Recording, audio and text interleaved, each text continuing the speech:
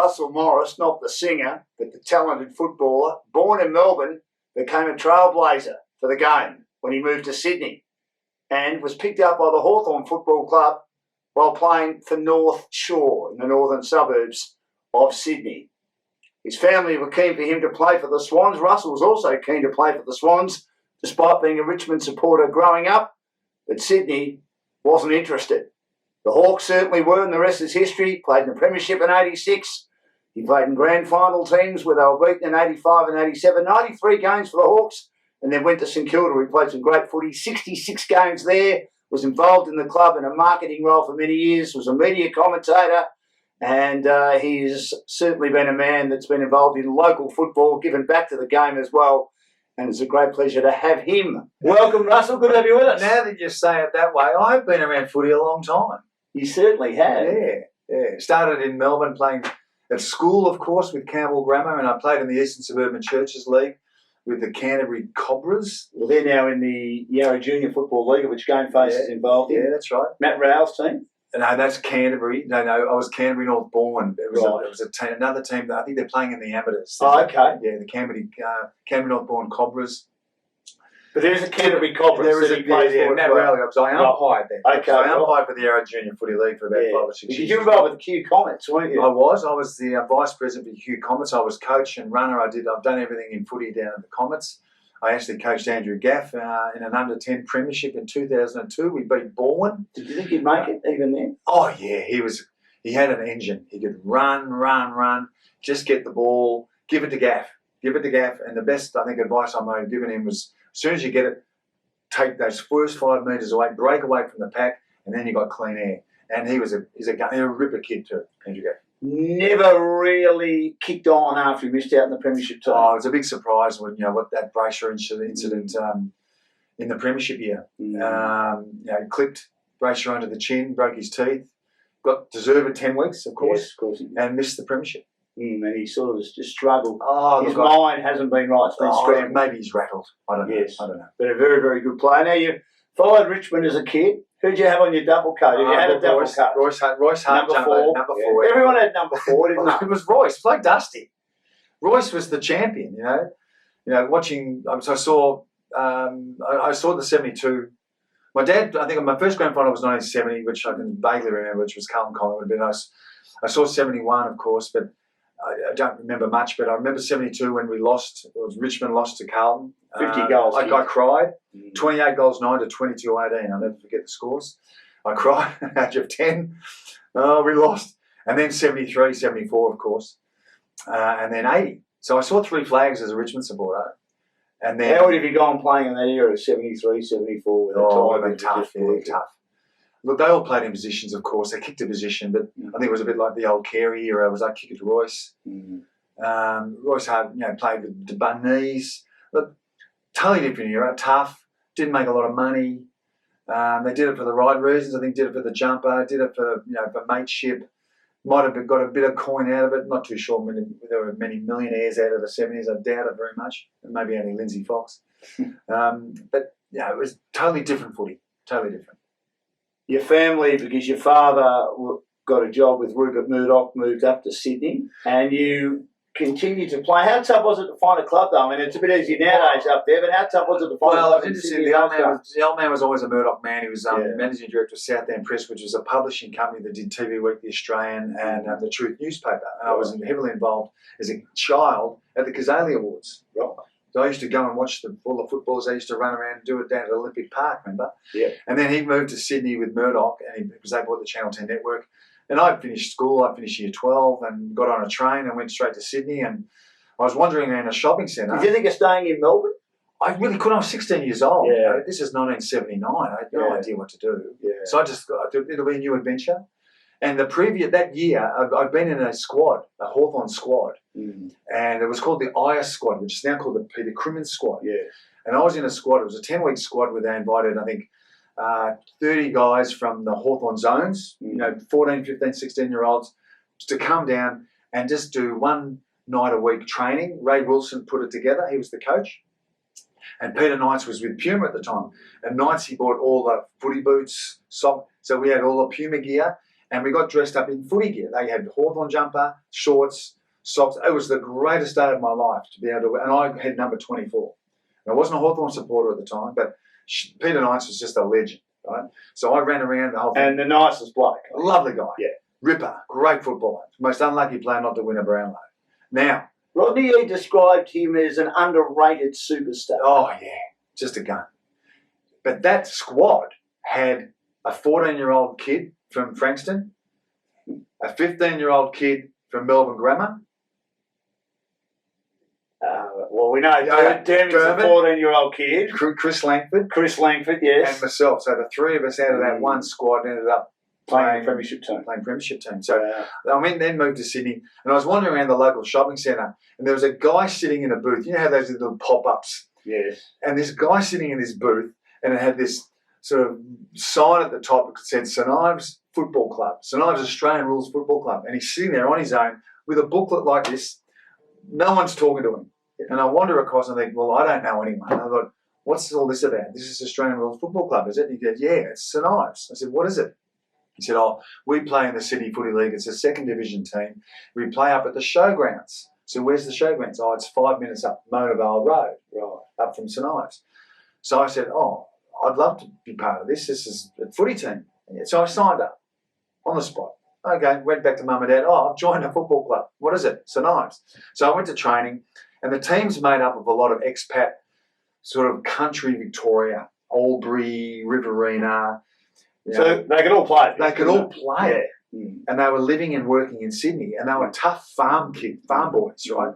Mid-20s, strong, and they were a great bunch of guys. We won the premiership. Right.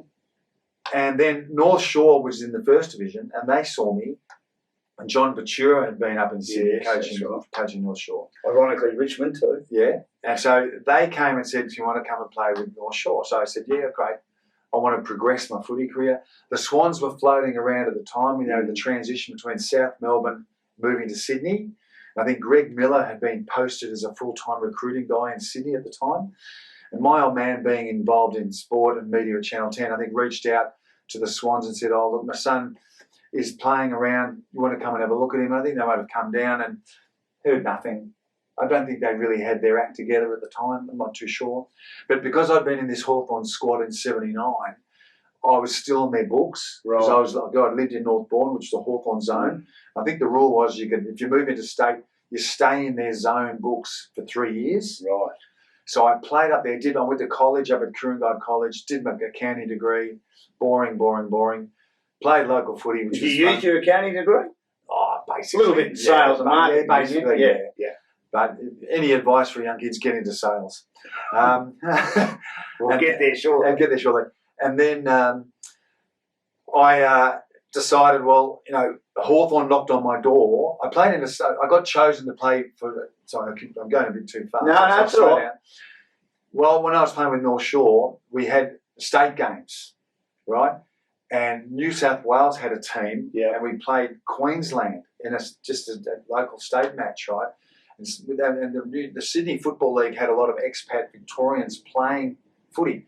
Kekovich, yes. Kevin Heath, Graham Dempster from South Melbourne. Kevin Heath, the premiership player. Kevin Heath, the premiership. I'll think of a few. Gary Hardiman. Yes. Right, played centre back. Great player, real ripper guys. So we played in this state game, and I played with them. Keka was coach. But the first couple. What was that like? The first couple of training sessions, he didn't turn up. He didn't turn up? No. Where was he? He was at the races, Randwick. Well, he missed the 75 premiership photo.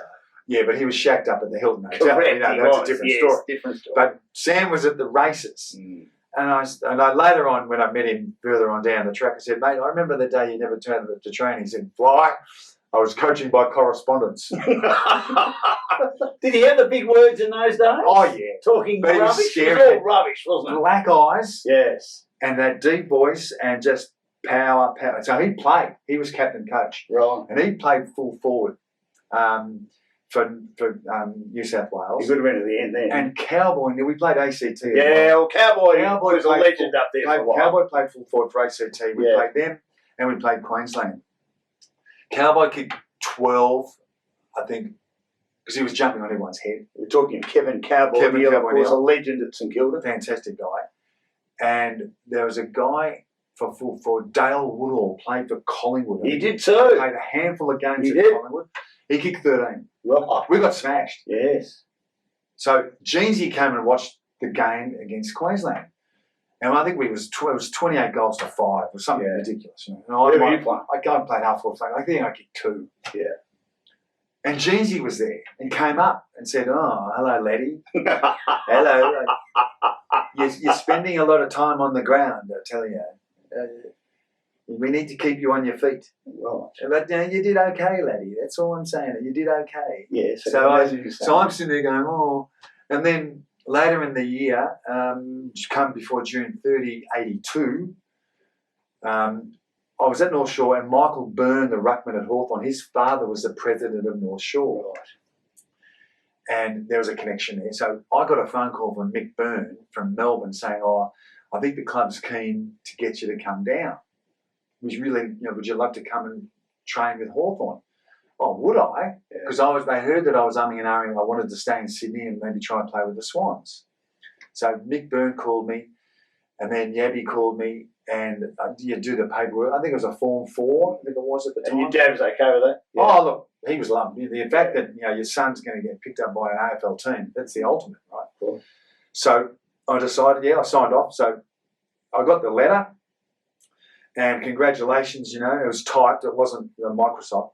It was typed with a typewriter. Good. And I got the letter saying training starts January 15 at Glenfrey Oval, and you want to be in some form of reasonable fitness. And as a measure, you should be able to run 4Ks in around 15 minutes. That was the standard. At least they set me a measurement. If you didn't run that, No, but that was the sort of the basis, right? You had to have a basis point. So did you practice? I tried to run. Because you're playing at school and the local footy in Sydney, there wasn't an enormous amount of training. So I started running, and it was hard to get used to. And then I went down to Melbourne and moved in with my brother, who was living in Doncaster. And training started on the Monday. And, you think about how scientific football is today, where you've got first-year players are in groups, you've got older players in groups, and training's managed, and it's scientifically organised that you can do this and we'll ease you into that. Nah. 70 people sitting in the change room in the gymnasium at Glenfrey Oval, all different types, but you recognise 30 of them because they're the stalwarts who've been around the place a long time. And the stars. And then there's another 30 or 40 of just randoms that are trying out. And you're sitting there going, "Oh my God, there's Peter Knights, there's Kelvin Moore, Lee Matthews, Peter Russell Green, oh my God, mate, Rodney Eade, John Kennedy, mate, all these blokes around going, Ken Judge, Rod Lester Smith. No, they hadn't arrived yet. They hadn't arrived. They're the Western Australian boys. They came a bit later. Yes. Yeah. But this is all the basis of Hawthorn, And then Jeansy came out, "Hello and welcome everybody. We've had a good summer and I hope you're all good. And we've got a lot of young boys here today and to look after them as best you can, He said, "Rightio, we'll break you into 3 groups. We'll have a group that's going to do the footies. We'll have a group that does the running, and there'll be a group sitting in the gym doing a workout in the gym." Rightio. So he puts his arm down. He goes, "Right, that third there, that you go outside." That's how we break the groups up. Right. Very different. Just arbitrary. Yes. You go and do the running. So I go and do the running, and I'm with Loveridge, Russo, Green, who have been around the place for 5, 10 years. And be fit. Who are running 4Ks in 12 minutes. Wow. And I've come out of school, Green. I tell you what. They give you advice? Did they encourage you? They just didn't. go, in you go. Really? Have a crack. Everyone's We're there for doing themselves. And we did fartlek. We ran around 150 metres around the wings, jogged through the goal square. Yeah. 150 metre sprints, jogged through it, did it for 20 minutes non-stop. Wow. I've never been so sick and ill in my life. I thought, wow. And then I had to go and do the footies, and then we did that Monday, Wednesday, Friday, and every Tuesday and Thursday we'd go to another group and just do running. So we trained 5 nights a week for 8 weeks. The hardest the first month was the hardest month I've ever experienced as far as physical education and just Enjoy it? Oh, you can't enjoy it. You just want to survive. And then along the way, the initial 70 was whittled down to 60 to 50. But you didn't know that though. That just happened. You turn up one session. Hang on, where's Joe? Yeah. Oh, he's gone back to his club. Didn't make it. Tapped on the shoulder. They tried better next year. Yeah. So this is how sophisticated footy was. Jeansy just kept it simple. So get through the pre-season, and then a team of stars. Did you know though, Russell, that they might tap you on the shoulder and say thanks, but no once thanks? people started to disappear, I thought, oh, what's going on? Did you find out how many they were likely to have on their list? No. Right. No team meetings. You finish training. Did you want to know though? Because you must be thinking, okay, we've lost 10, so there's 60. I'm 19. We've lost another 10. There's 50. You must be thinking, I'm getting closer. You're being on this list. No, don't overcomplicate it. I was 19 years old. I'm just in awe of being at the Hawthorn Football Club. Of just being in footy training and learning and keeping up the pace and getting fitter and fitter. And I couldn't keep any weight on. I was like skin and bone. I was all just bones and just sinewy muscle. Couldn't do weight. I just couldn't put weight on because it was run. They just put the miles in your legs. And the good thing about it, I didn't get injured. Stay fit, keep running. And then come practice games, wow, how fast is this? The speed and the strength and the kicking. The ease of kicking a 40, 50-metre drop punt coming out of local footy in Sydney and school footy. Didn't play under 19s. I was just in awe. Anyway, we survived it, and then played the whole year in the seconds. Who was your coach then? Desmar. Oh yes, Desi was good. The late Desmar. Yeah, Desi. We used to call him Nazi because we thought he formed the Nazi party. He was as nasty as all. And but the good thing about Des, he did the training. He did all the running, but you weren't allowed. You couldn't let him beat you. He's a great winger. He kicked this unbelievable goal. Dick Mason once said on the ABC,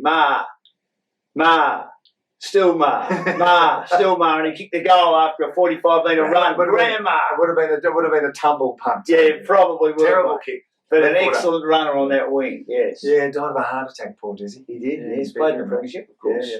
Ripper guy. But, but he just knew, he'd been through 70s. He just knew what was required. No fuss, no excuses, just do it. Did you have a good year on the field as a team? Oh, yeah. Oh, the seconds, I can't remember how we went. I just remember my first ever game, we played at the Junction Oval against Fitzroy. And, you get there at 10:30, you run out and there's a smattering of people around the ground. And the ball's bounced. I can't believe this pace of the game when it started, even in the seconds, because you can't replicate that in practice matches. No. And it was just fast, bang, bang, bang, like, wow, we're on here. And then you come out at half-time and then there's 15,000 people there. Correct. Wow. Junction up, whoa, never forget it. There's still the same change rooms there. I know. And the team won the Premiership in 83. Yes. And after 83, because they won the Premiership, the club decided to take everyone on the footy trip to Hawaii. It took us all. Did you enjoy that? Oh, I loved it. Peter Knights and a few blokes didn't go. I don't know, did Lethal go? I can't remember. What was he like? I believe he kept to himself. Oh, look, I didn't really know. Was he a bit of a hermit? Look, I didn't really know because I was young and I felt intimidated because there was Lee Matthews. I know it might sound... What was it like watching him train? Oh, yeah. And did he train and do all the drills? Oh, he absolutely did. Yeah. But it was different today where, everything's inclusive and the captain would go and put an arm around everyone. It's so different. These are the days where you're thrown in the deep end, you suck it up, you learn, you listen, you copy. That's the behaviour. It's here. If that's the behaviour, I've got to behave that way to be that good. Apparently when they were the following division, Scott, Tuck and Matthews never spoke to him. Yeah, well, I don't know. But that's Tom Scott said, well, I was an introvert, Lee was an introvert, Tucky was an introvert, and even Peter Knights, who surprised me a bit, was probably the one that everyone was able to gravitate to, was an introvert as well. But there's a lot of myths in football. Yeah, there is. Until you're actually internally and you see what's going on, that's when you really know the full story. But, let's not destroy the myth. Were you confident going into 84 that you'd be able to get a senior game in that I made emergency a couple of teams, a couple of games. It was emergency, and then that was fine. But then look, it was really weird. What happened in the beginning of '84? Because I stayed fit. I could run, I could jump. Was not strong. I got pushed off the ball easily because I didn't have a lot of strength up above. Got pushed off the ball, and then the practice games started. And those days, they weren't sanctioned practice games. The practice games were organised by the club. We went to Mortlake. I don't know where Mortlake is, somewhere out in Western Victoria. Western Victoria. I think we played Fitzroy. Halfway to Hamilton. Yeah, we played Fitzroy at Mortlake. And they picked me in the 25 or the 30. Because that was Fitzroy's recruiting zone. So they picked me in the seniors, which was exciting. Whoa. And I had to run on... I think I ran around. I might have been. Kelvin Moore was on Burnie. I remember that. Kelvin Moore was on Burnie Quinlan. I think I might have run around on Parish or something. I can't remember exactly. Number 15 from Fitzroy. So anyway, I ran around, but the pace again, it went up by another 25% from second grade. Wow. And I got a few touches, and it was dusty and hot. You tried your best and all that, and then. They put me again. We played another practice match against Carlton. Traditionally, the last week of March, before round one, we played Carlton at Princess Park. I think it was because we shared the ground. And I think that was just a bit of a thing where both teams played each other and had a barbecue and a bit of a fundraiser and all that sort of stuff from both clubs. And they put me in the side and they put me at full back on the Condor. Wow. And Carlton were terrible in practice matches in those. Well, I can't remember the history of it, but I sort of did okay, right? And then, so that was okay. And then we played the Swans round one, and I didn't even think of anything of it. No one talks to you. Like today, I'm sure the players would be spoken to at Tuesday. And we've seen video of... You put it on social media on Wednesday. And they're in the room and going, here's the coach going, Dan, congratulations, mate, you're playing in the seniors on Saturday. And everyone comes and hugs. And sometimes the family's there if they're in the same city, or they give them a call. Let me take you back to 1984, right? Round one, traditionally, I'd always have a beer at Shrouders Bar at the Malvern Hotel. Corner of Glenferrie Road. Know it well. Right. We stood down the road. Right. It was a great watering hole for 20-year-old, 21, 22-year-olds. It was great. It was a really place. So I'm there because I'm round one's on Saturday. It's a Thursday night. But we had a few beers on a Thursday. Didn't matter. Social, and then anyway, my brother-in-law or my girlfriend's brother turns up. I don't know how he turns up. And he rushes into the bar, he knows we're there, and he goes, mate, you've got to come home. I said, what's going on? You're in the team. I said, what do you mean I'm in the team? You're playing in the seniors on Saturday. What? This is how I found out, right? Confusion, what's going on? No one's mentioned anything. I'm in the team. I'm named in the 20. Wow. With Stephen Allender, right? Yes. He's on the bench with me, right? Ex-Sydney Swans. South Melbourne. Port Melbourne. So I go back to Kathy's place because my brother, Kathy's brother, says, there's a Herald Sun photographer waiting for you to take your photo. Maybe there's a slow news day, right? So there was no media department, was there either? So the Herald Sun found out through the selections that there's a first gamer. He's playing in the premiership team against Sydney, round one at Princess Park. We want to get a photo of him. All right, great. I'm so excited. So we go home. There he is. He's there. So is that on the scrapbook that your mum there's a photo put together? Yeah, there's a photo in here. Cool. So he takes the photo, and I'm sitting down. And I've got a cup of tea. Thursday night, you've got to have a cup of tea. I can't be sitting there with a glass of Chardonnay or a Carl or a beer, or a VB, or they didn't have. Growlers or Stone and Water, all the pale ales in those days, Russell, did they? Yes, it was Culm or Foster's or VB. Yes, or Melbourne Bitter. Oh, yeah, Melbourne Bitter. Yeah. But that was only in the can. I don't think you'd buy it on the tap. No, anyway, so the photos, Kathy stands behind me. We do the photo, all that sort of stuff. That's great. Oh, good. I'm so excited. I'm in the team. Wow. Whoa.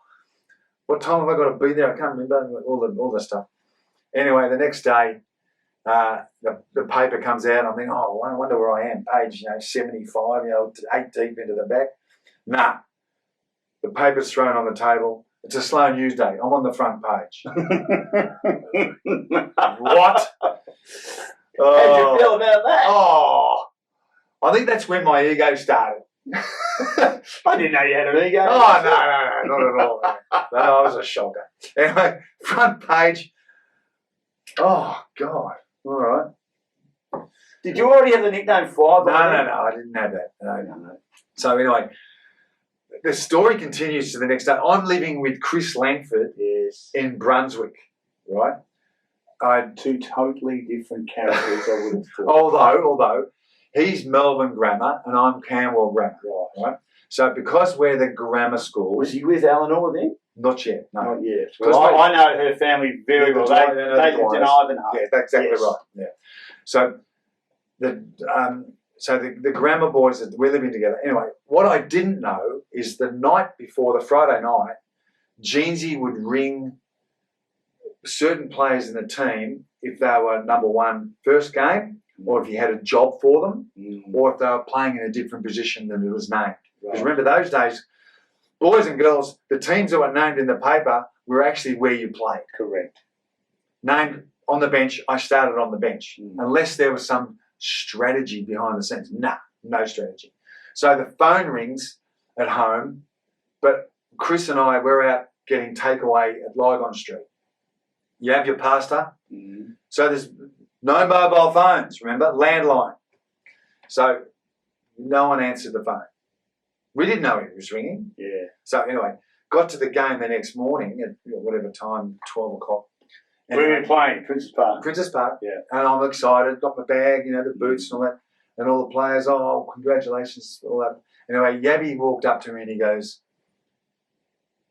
hey, laddie, I tried to call you last night and you wasn't home.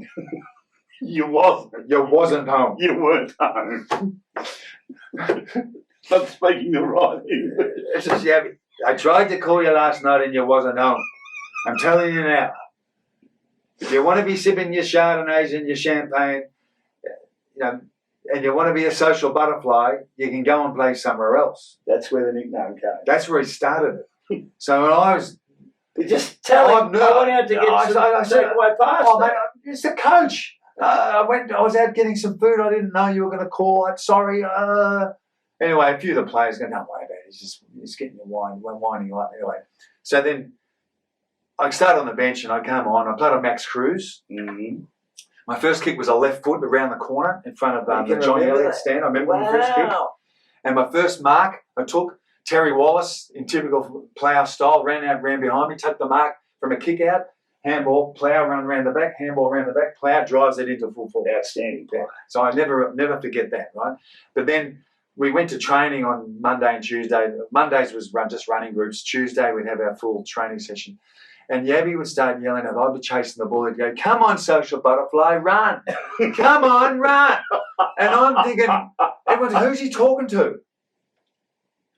And you don't make up your own nicknames.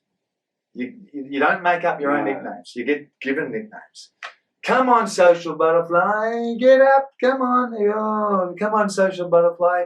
How are you going to be going? Your champagne and your chicken and champagne. Oh, you used to drive me mental with this bullshit, right? And Langers and I look at each other going, oh my God. So then, social butterfly, everyone's going, what are you talking about? And I'm going, I think it's me, yeah. Social butterfly then shot down to butterfly, and it's come down to fly. Fair enough. So that's stuff. Yabby was the one. Yabby named it. Yabby took it. How many senior games did you play in your first year? 19. 19? And missed the grand final. You played in the finals, a couple of finals? I played in the final against Carlton. I played on McClure. Warren Ralph had a big day, but you still won comfortably. McClure turned me inside out. Did he? Kicked 4 on me. And Dipper... I can't remember much about it. All I remember is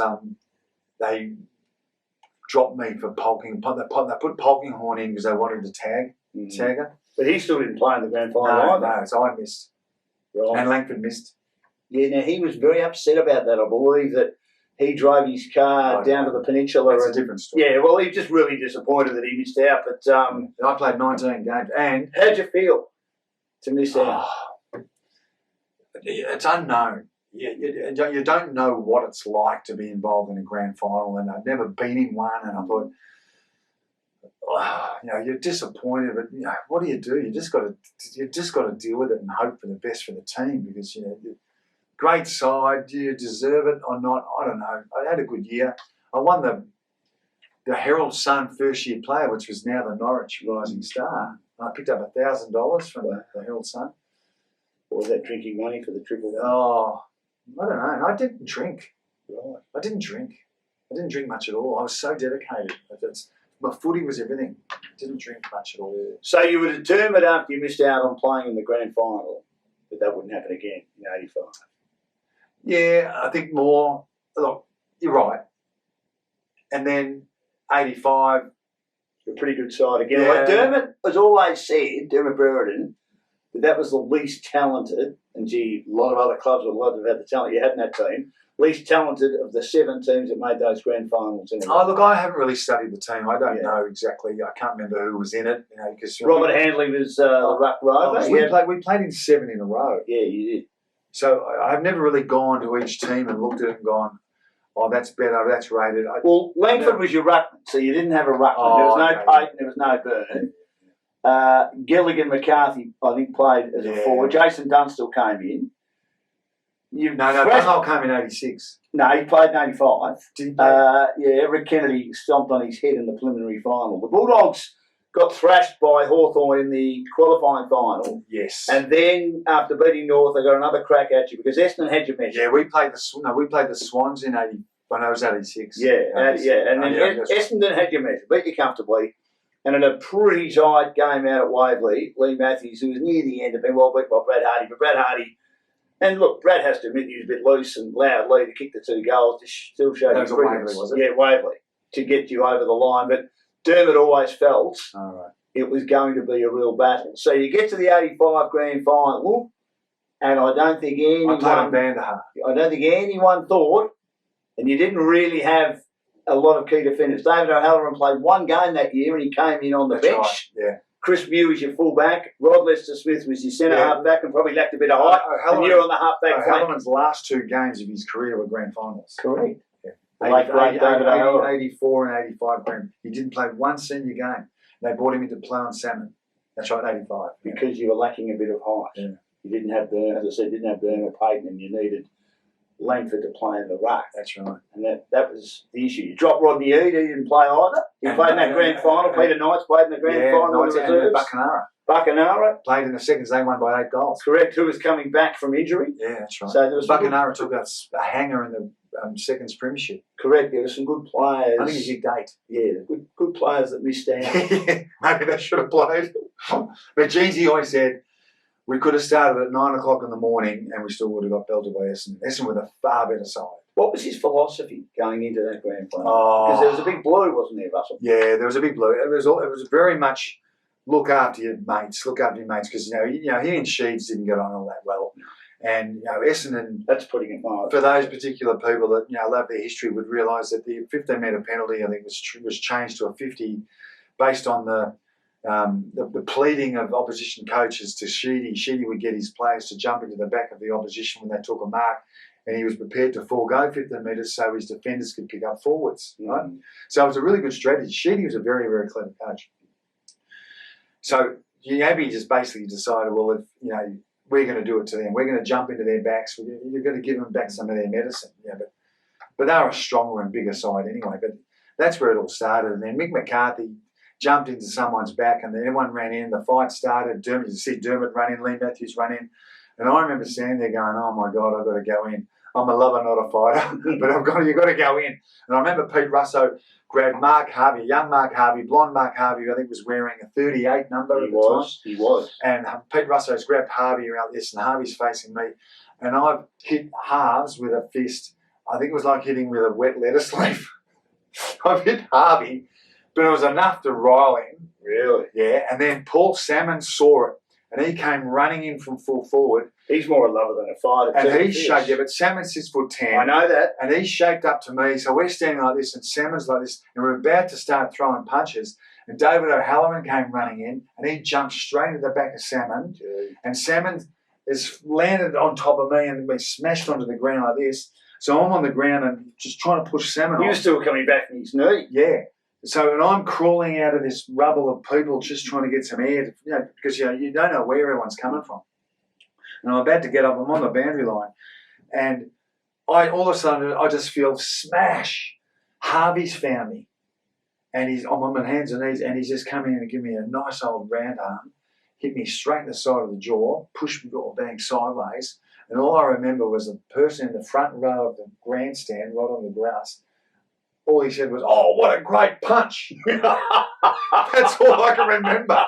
How many players were reported? Oh, I don't think any were. Right. But it was a Bugs Bunny moment. It was like, it was one of those ones, you know. And you had to get up, and they had the cracky jaw and played on, and then Dermot kicked 8. Dermot that He was day, unbelievable. Wasn't Dermot that day, you asked Terry down there, Dermot that day, when he was fighting, he had 3 or 4 Essendon players. He was grabbing the hair. Dermot used to put resin. Again, old school supporters remember that Hawthorn players, we all had resin on our hands. Bobby Yeoman would put the eucalyptus on our jumper, and we'd all get resin and put it on our hands. He was your property steward, wasn't he? Bobby was one of our head trainers. One of the head trainers, right. But Dermot had all this resin on his hand. It was really sticky, and he grabbed Terry's hair and just tore clumps out. Just ripped hair out of his head. I don't think TD was too Dermot was nasty. He'd go 100 miles an hour, Tito. Very good player. So you played on Vanderhaar. What was that like? Oh, look, Vanders was a great footballer. I could jump with Vanders, but he just had so much skill and experience and strength. Beautiful grab. Merritt was at centre forward, and he was throwing his arm weight around, belting everyone. We just got punched up. And then you had to reset for 86. Yeah. John Platten came across, even though he nearly went to Carlton with Motley, with Dorotich, with Bradley, and with Kernahan. So Carlton were looking to the rat story. A better side. For those people that the big Hawthorns, the rat came along and Carlton paid him. Carlton gave him 20 grand to come and play, and he said yes. And then he reneged on that, kept the 20 and played with us. Yeah. I don't know how it happened. What a good player he was. Oh, he was a sensation. The Rat was one of the greatest rovers. 2 speeds. Stop and go. Correct. That was it. He sort of added to your midfield, didn't he? 246 games. Yes. 4 premierships, 1 Brownlow. Correct. And a gun. And that was the year where the Alan Jeans relationship with Terry Wallace, who was the dual best and fairest winner, went downhill. Yeah, that's right. The player went to Richmond. You finished on top of the ladder. You lost the second semi to Carlton. You looked in trouble early against Fitzroy and then Belton. Now, if they had got up to the grand final, they had 6 or 7 injuries. Richard Osman, I remember in the preliminary final. It was at Waverley. That was at Waverley. Yeah. Michael Reeves, I think, got knocked out too. Oh, I think Dipper might have got it. Dipper got it. Yeah, that's right. Dipper got most of them. Kevin Walsh, 84 grand final. Rod Austin, 84. Reeves was on for 5 seconds. Yes, he was. And he was getting married that night. And he had the big leg pads on. He had the pads on his legs. Yeah. Marrying the police officer. They're both police officers. Anyway, we won that, and then we won 86, so that was great. Now, I think you were meant to be starting on the ground, if my memory serves me right. I've got one of those AFL records. You and John Kennedy were meant to start on the ground, but started on the bench. And this is where Peter Russo, I think, started in the middle. Rocket was playing on David Rees-Jones to try and tag him. And Gary Ayres was on the wing. He's on the wing. And Dipper was at half-back. I think Terry Wallace was at half-back. Peter Schwab was in the back pocket. And Chris Muir went to full-back and Chris Langford to centre half-back. And you and John Kennedy, who were your half-back flankers, were on the bench. Was that a bit disappointing? Yeah, that was. I got a quarter and a half. What do you do? I got a flag. You did. What was it like? Oh, I mean, it was so much fun. So much fun, yeah. They called me the magnet because I wouldn't let the cup go. Because I'd seen them win 83, loss of 84, 85. The pressure was on us because we got in the finals again. As you said, we finished on top. Yeah.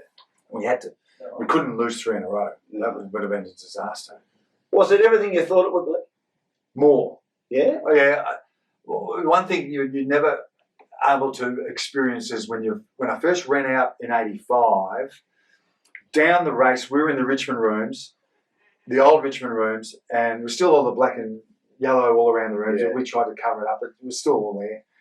And running down the race, and they were the days when they had these big zipper bags full of balloons. Correct. And they'd open the zipper bags up, and there's thousands of balloons would go into the sky, which we don't do today, right? And which is great because we all know environmentally they all end up in the sea, right?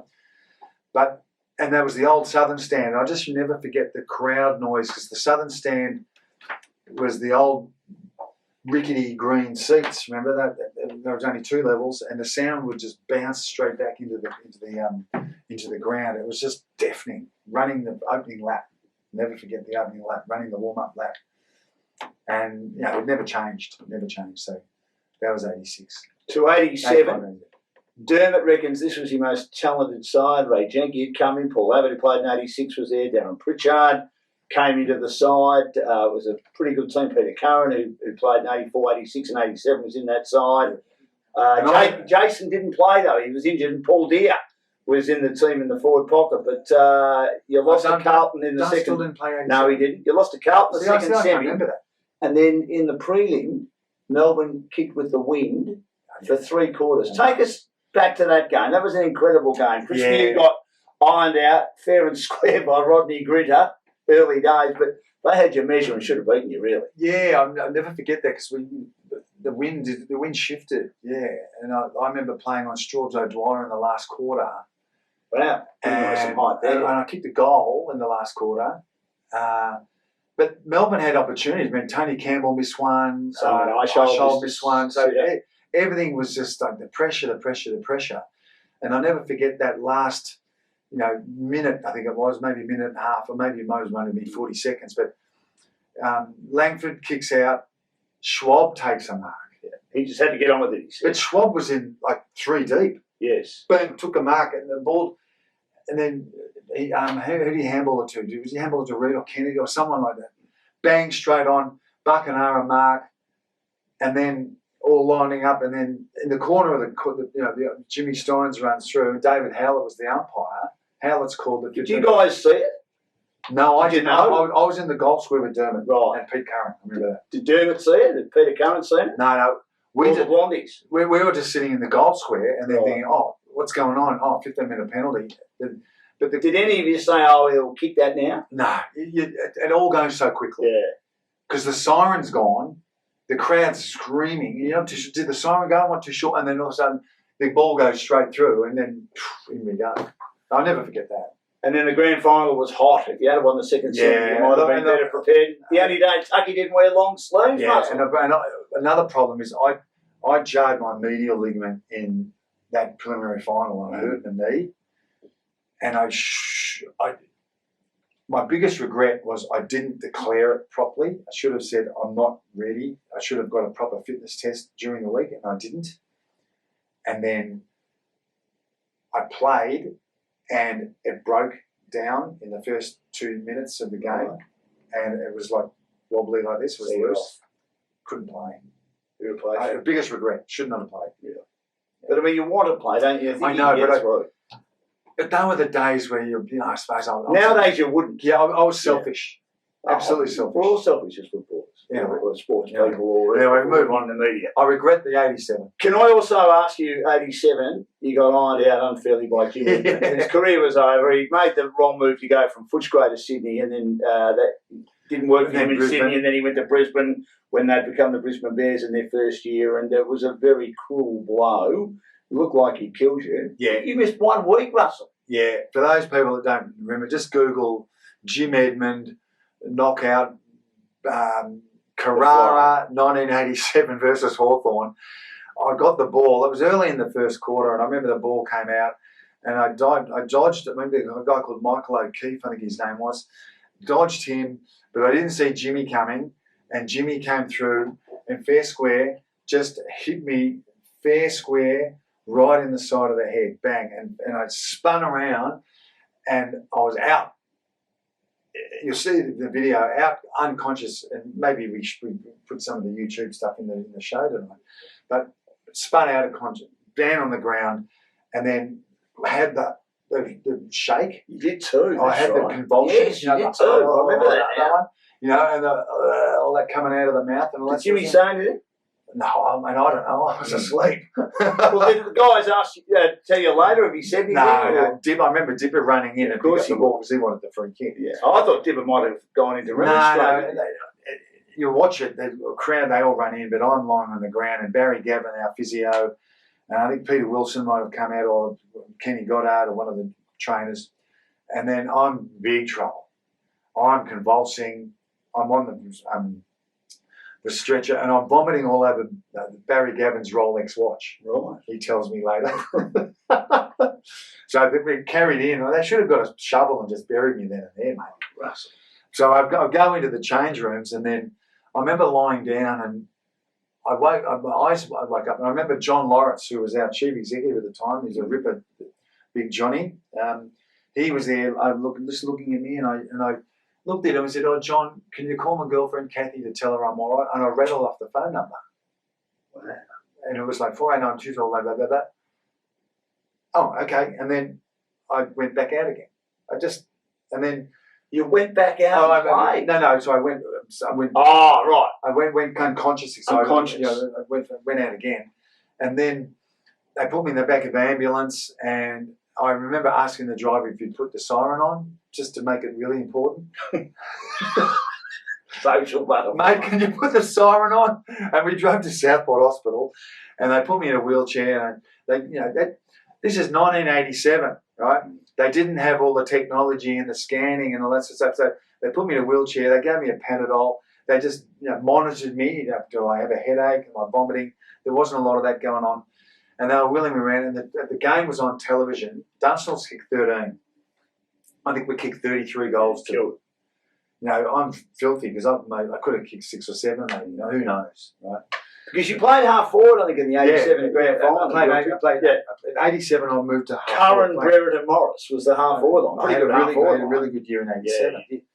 And then... got on the Victorian side. Yeah, I played centre forward for Victoria. Wow. What was that like? Oh, that was magnificent. Played with Ablett, Gerard Healy, Dale Waitman, Salmon, Simon Madden. How good was Ablett up close? Oh, man, best. Best? Yeah. Best you've ever played? Yeah. Tell you a little story. We played Geelong and Princess Bay. Anyway, just to finish off, the bus came and picked me up at the hospital. Yeah. I got on the bus, they took me to the airport, and I flew home in the plane. And you missed one game? Missed one game. What was the injury? Concussion. Concussion? I should have had 4, should have missed 6, maybe 8. Gee, you missed a few now. Oh, you'd miss 8 now. You might not play for the rest of the year. Miss 1. Very different. And my whole ear went black. Mm-hmm. It didn't break my jaw, but I didn't have any headaches. But my whole ear went black. So how long was it black for? For the whole week. Really? It was just all bruised. Went black. Missed 1. Crazy. No side effects from it since? No, not really. You like to talk. You probably talk more than you used to. Let's get back to Ablett. Yes. We played Geelong at Princess Park. Chris Mew's injured. No, sorry. Chris Mew was playing at full back and Ablett was playing up the ground. So I took him. And was that match in 89? Yes. I think we kicked a smashing score, I think, in the second half. Anyway, but Ablett's taken... And Dermot took Mark Yates out. Oh, that's right. Anyway, yes. the ball's come down to the goal square and I'm running down with Ablett and he's 20 feet away. And I thought, oh, good, I'll just run around the front, the ball hit the pack and I'll crumb it.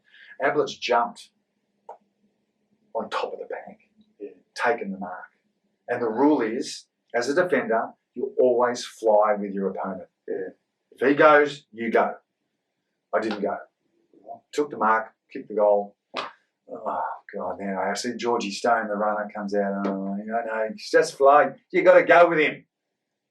So you're hard to go with him. I know, but you got to jump. I mean, I could jump. I mean, might have still taken the mark, but I still have to go, right?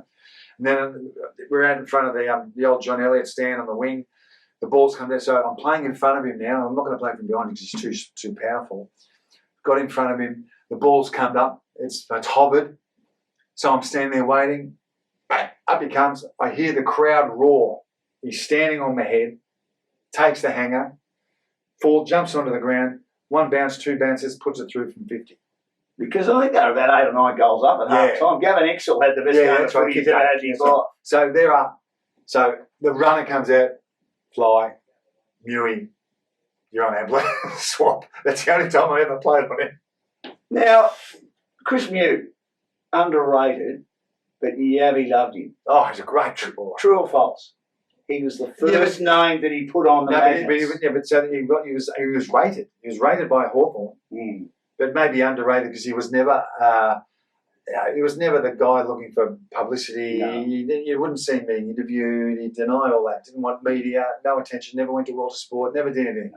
He'd get in the car and go back to Rosebud. No one knew anything about him. That's why he was underrated. But he was one of the safest defenders of all time. He was terrific. Oh, Yabby loved him. That's why he got him back to play in 1990. He's the only bloke I ever saw that could mark with his head down like that. Yeah, just take a mark. Reliable. We've got Russell Morris. It's fly on the wall, talking about his terrific career with Hawthorn and St Kilda. 159 games. We're with Hawthorn at the moment. We'll get to the Saints shortly. So 87 was your best year. But also my worst. Why? Because I shouldn't have played in the grand final. Because of your knee. So you go to 88, where Tony Hall was picked up. You continue to get good players. And, of course, he'd start for Glenelg in a couple of premierships. And Jeansy got sick. He did too. Jeansy had an aneurysm. He did. And Alan Joyce took over. I take it you and Alan didn't really see eye to eye? Not many of us did. Why? He really didn't understand football. He didn't understand football? He didn't understand people. He was not a people. No, I know that. I was involved with him a bit at Footscray in 95. Trying to do interviews with him for Bulldog Radio, and he had the personality, with the greatest respect to him, the personality of a housebreaker. The team coached itself. It did, correct.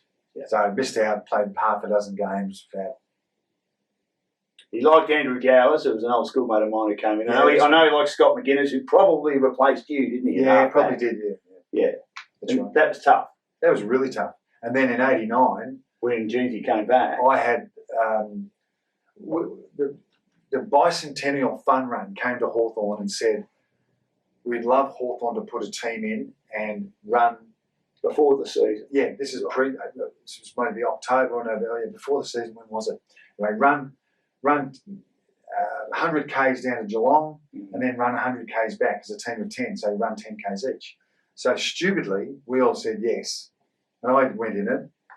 So we did the 10K run down there, then had a big night at the Continental Hotel down at Soretto, and then ran back as a leg, and my back collapsed on the run. And So you never really got going that year? It stuffed me for the whole year. I had to have a back operation. You didn't play many games? Didn't play any. Oh.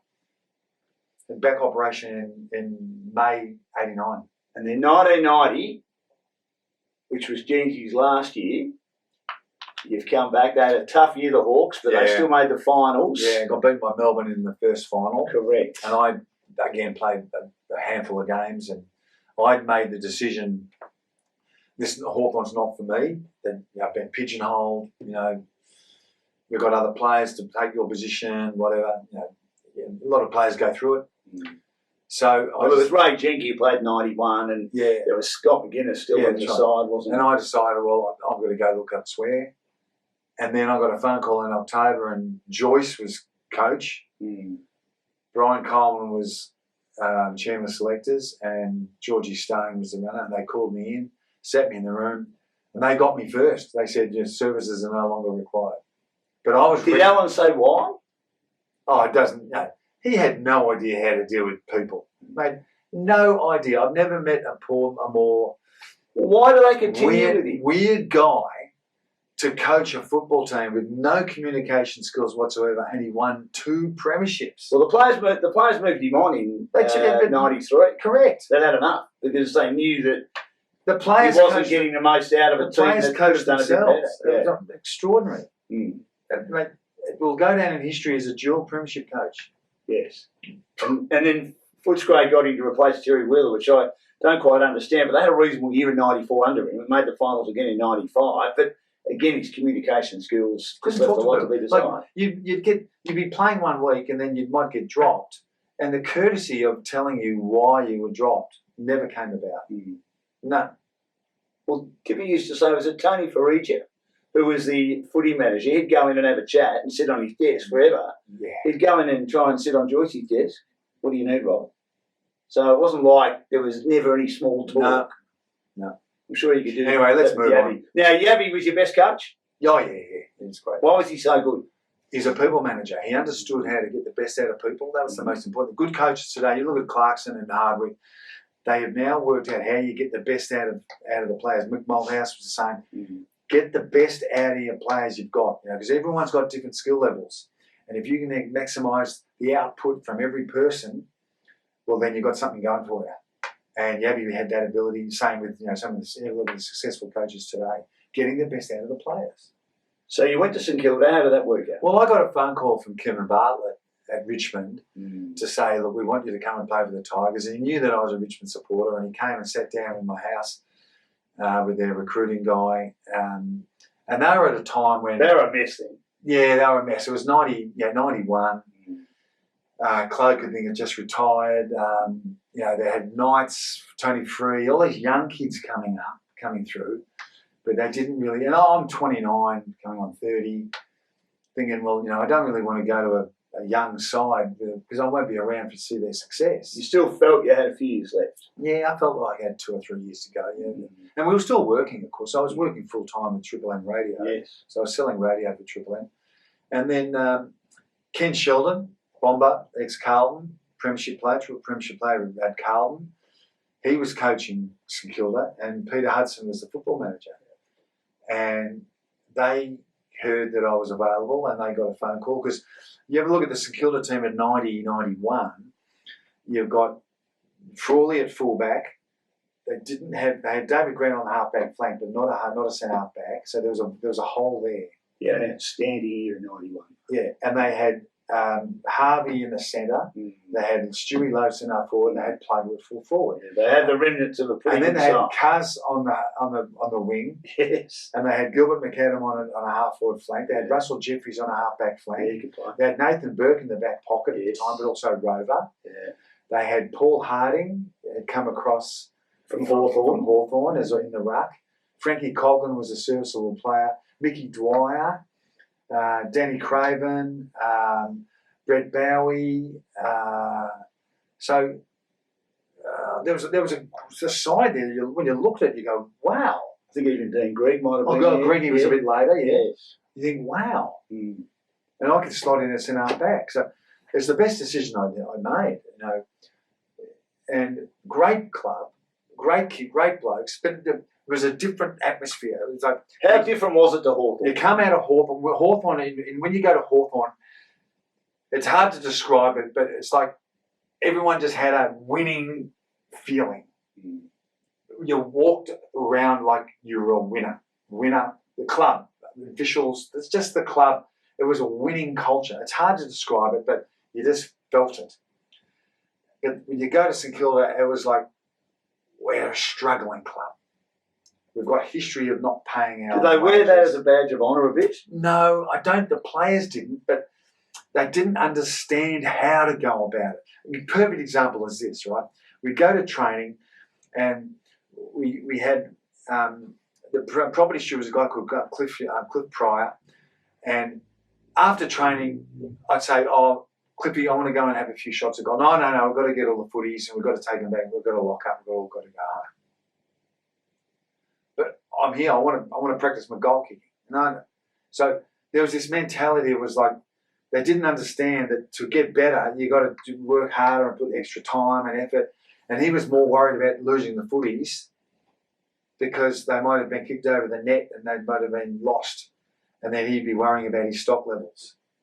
That was the sort of the era initially. Because they didn't have the money. They didn't have the money. Yes, right. But also Cliff was told, don't lose the footies, this is important. We only get 20 for the year or whatever it is, right?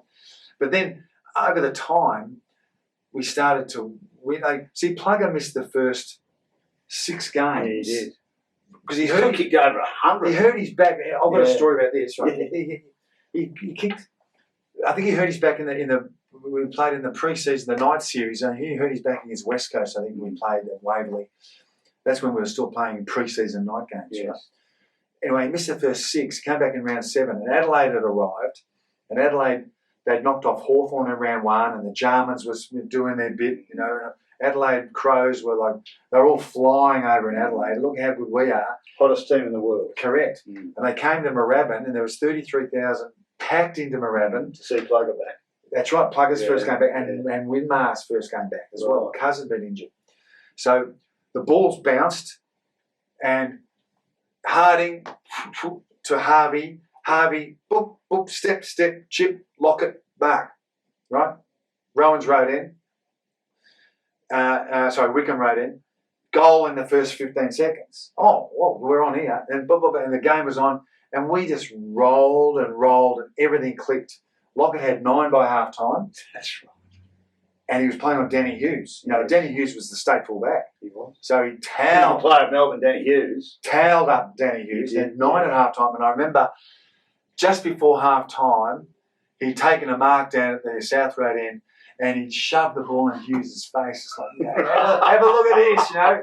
Eat this. Anyway, Graham calls the coach. He's got the runner to grab Hughes and drag him. Yeah. So he's dragging down the South Road end, so all the Moorabbin people will know. He comes off the pot, round the wing, in front of the Huggins stand, and the animal enclosure. Yes. We'll get to the animal enclosure And they're giving it to him. Oh, yes. So Lockett's got 9 anyway. He ran out of petrol, so he only kicked another 3. He kicked 12 for the day. Anyway, we had a great game. We beat them 24 goals to 4, and it's Adelaide still their biggest pantsing in the history of their club so far. 24 goals to 4.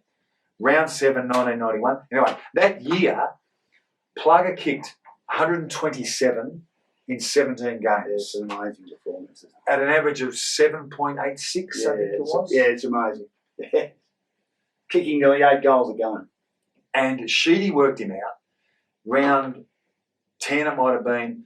Sheedy put Alan Hazard and Sean Denham, I think it might Pretty have been. wet day that day, I think. But he put 2 players loose in front of Lockett in the hole between full forward and centre forward. 2 little blokes. Well, I remember he put Hazard and he put some other bloke. Denham, or maybe in Wallace.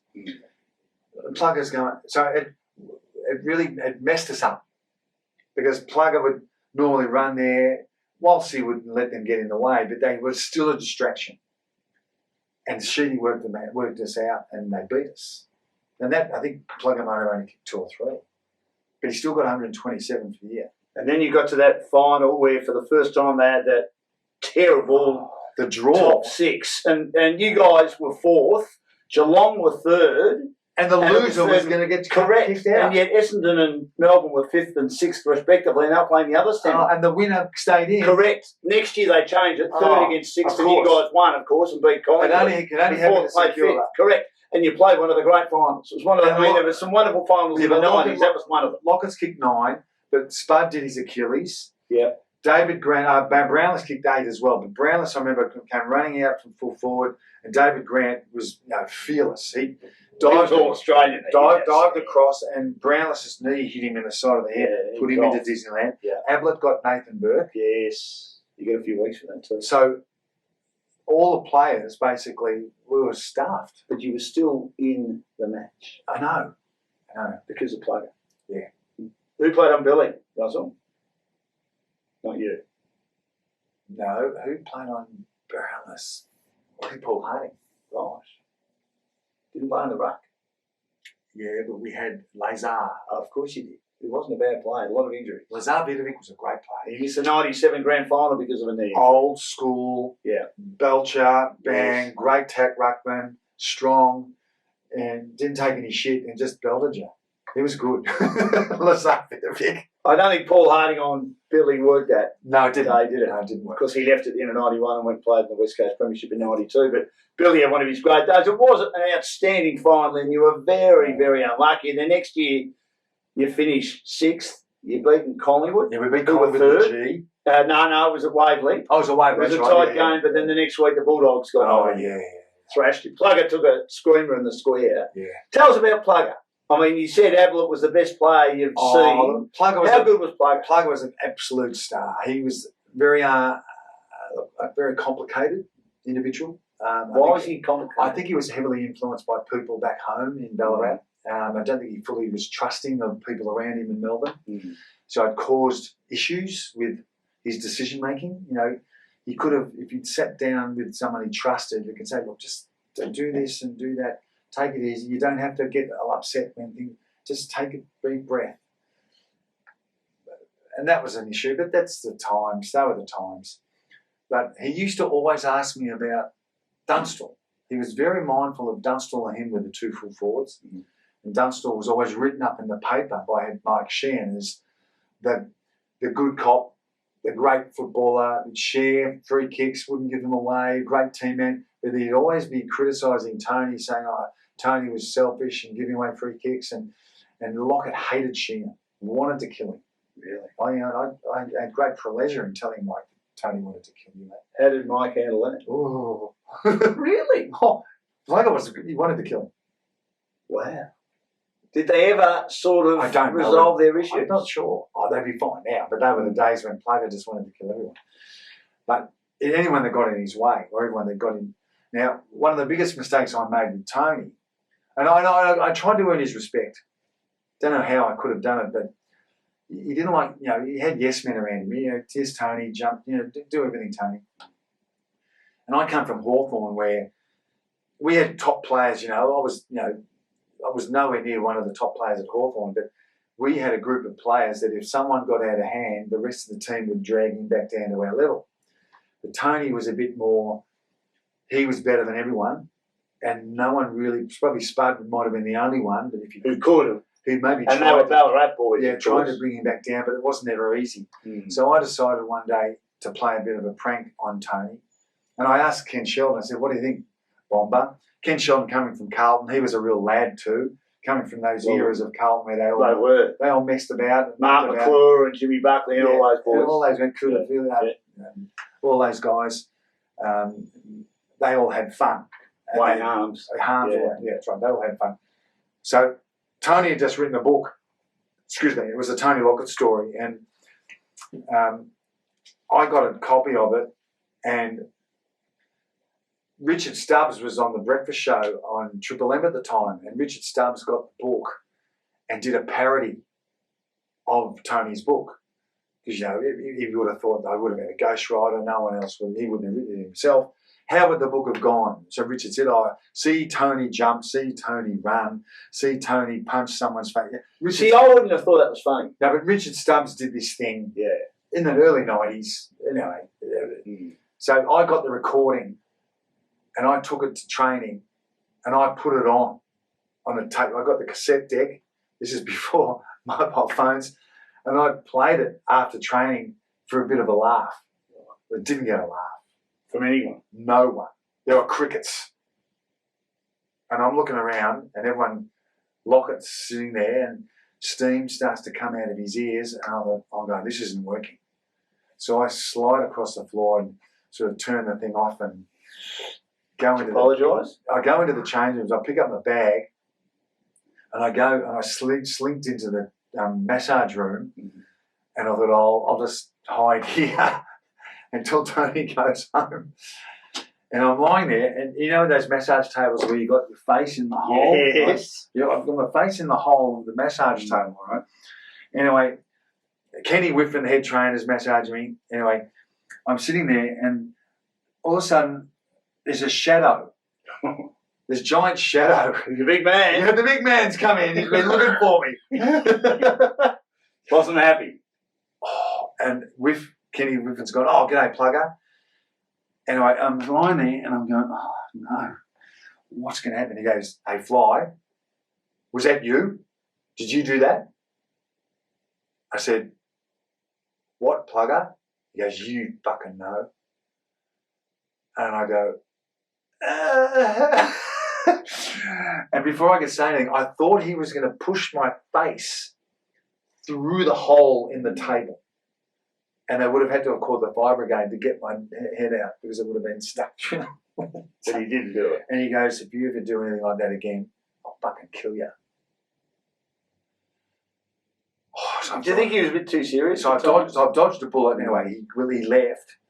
He walked out, picked up his bag, and he went home. We had a team meeting, but he didn't come to the team meeting.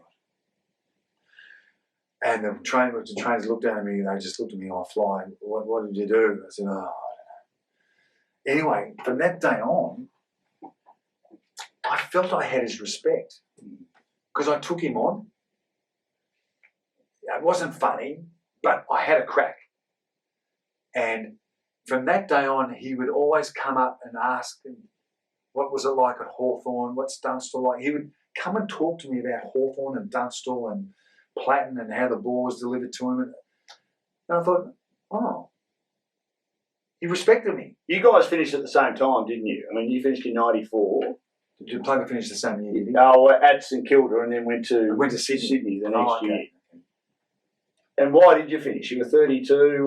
Work was obviously... I got a promotion at Triple M, which was fantastic. I was a general sales manager at Triple M and I had 10 or so staff under me. And these are the days where you're working and you've got to leave at 4 o'clock and you've got to get in your car and you've got to drive down the Pearl Highway. I was working in the city, down the highway down to Moorabbin and get strapped and trained. And you're up near the top end of Burke Street. Yeah, that's right. Yeah, that's right. Yeah. Next to the cinema. Yeah, that's right. Yeah, that's right. Because Hoyt's owned us. Correct. Hoyt's owned us and then Village bought us. Correct.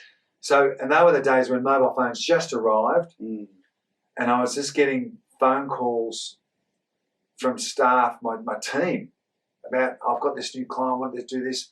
And I'm in the car driving, can I talk to you tomorrow? And I felt like I was letting the Triple M team down. And I'm 31. I'm thinking, I'm getting slow. That new coach, Kenneth Gone, I'm getting slow. You know, I was struggling to get a game. You know, I was just, carrying a few little niggly injuries, but you couldn't. I wish today I could have been there full time, gotten strong again, getting treated, in full-time training. I could have got another 2 or 3 years easily, but I was working. Were you surprised that Ken Sheldon lost his job? Yeah. He did a great job. Yeah. He's a good coach. Yeah, look, he was railroaded. I'm sure he was. Why? Oh, look, Dan, you've been around footy a long time. You get round footy clubs and footy clubs are looking for people to blame. Supporters want action. We should have won 91. We should have won the premiership in 91, 92. You really feel that, do you? Oh, yeah. We beat Hawthorn by 10 goals and West Coast by 10 goals. Not too many teams beat West Coast that year. We smashed. They were just starting to lose their way towards the end. We smashed them both by 10 goals at Waverley. Oh. You had a good record out there, didn't you? That was the year, when I used to talk to Spud about it, we just look at each other and go, that was the year we blew it. Because West Coast were a bit spooked when Hawthorn beat them in that final, all that experience. Yeah, but we were a good side. We had a great side. We just didn't click at the right. And losing to Geelong, we should have got that second chance. You need sometimes to lose a final. It was our first final in 18 years. Correct. Lose one, okay, let's regroup, let's get it back together. But we're out. Yeah, didn't get another chance. Finished fourth. Yeah. If you had finished fourth, you would have played either Essendon or Melbourne. Yeah, that's right. Both. Yeah. Djakovic might have caused you some issues took on Melbourne, but he was a bit of a flash in the pan, wasn't he? But Ken was he a patsy? All footy clubs have all got history. You look at the history of all clubs over the last 120, 30 years, clubs get in the spotlight. Norm Smith, gets in the spotlight. What do we need to make some changes? Let's move Ken on. We've got Stan there. Stan's got these incredible credentials. Premiership player with North. Because he was the skills coach. Stan, wasn't he? 250 games at Melbourne. Ripper guy. Great guy. Great guy. I know him well, of course. Doing a lot of work at the ABC. So that's just things happen. And you've got a committee. You got them into a grand final. First coach to do that. Right. But Ken might have been able to do it as well. I don't know. Of course, if he had a bit more time. There were a couple of controversial moments when Ken was coach. Did you play the day that he pulled Craig Davenport over the fence over down at the MC to the boundary? But then Devo kicked the winning goal. Yeah, outstanding game on Queen's birthday. Yeah. I was there with a friend of mine, Mayor Ken Collins. Great game of footy. Yeah. I remember that. Yeah, that was. I think I What played. were you?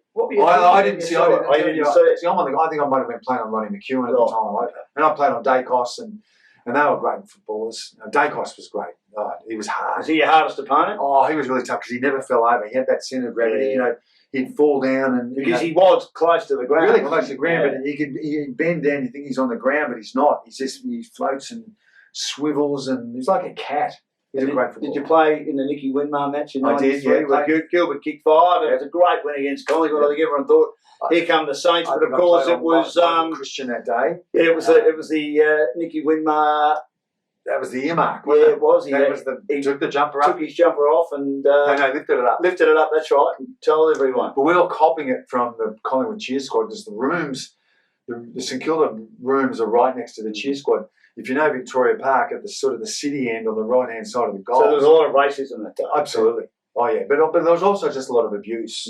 A lot of abuse from just the cheer squad about people in our team, and they were giving it to Frawley, they were giving it to Winmarg, they were giving it to McAdam, giving it to Russell Jeffries. You know, they're just giving it to all of us. You know, you're wag, you know, the C's, the F's, all the standards. You know, I know where you live, Frawley. I'm going to go up to your farm and kill all your cattle. You know, remember, and we're blowing kisses at them like we're doing this, but they're spitting on us through the race and everything. Yeah, they were feral, an interesting bunch of supporters. But all supporters are feral. What was the animal enclosure? Animal enclosure. That would have been all right for you guys. For those that don't know it, at St Kilda on the Graham Huggins stand, there was between the two races, there was a terrace. There was no seats. It was standing room only, and it was just gravel.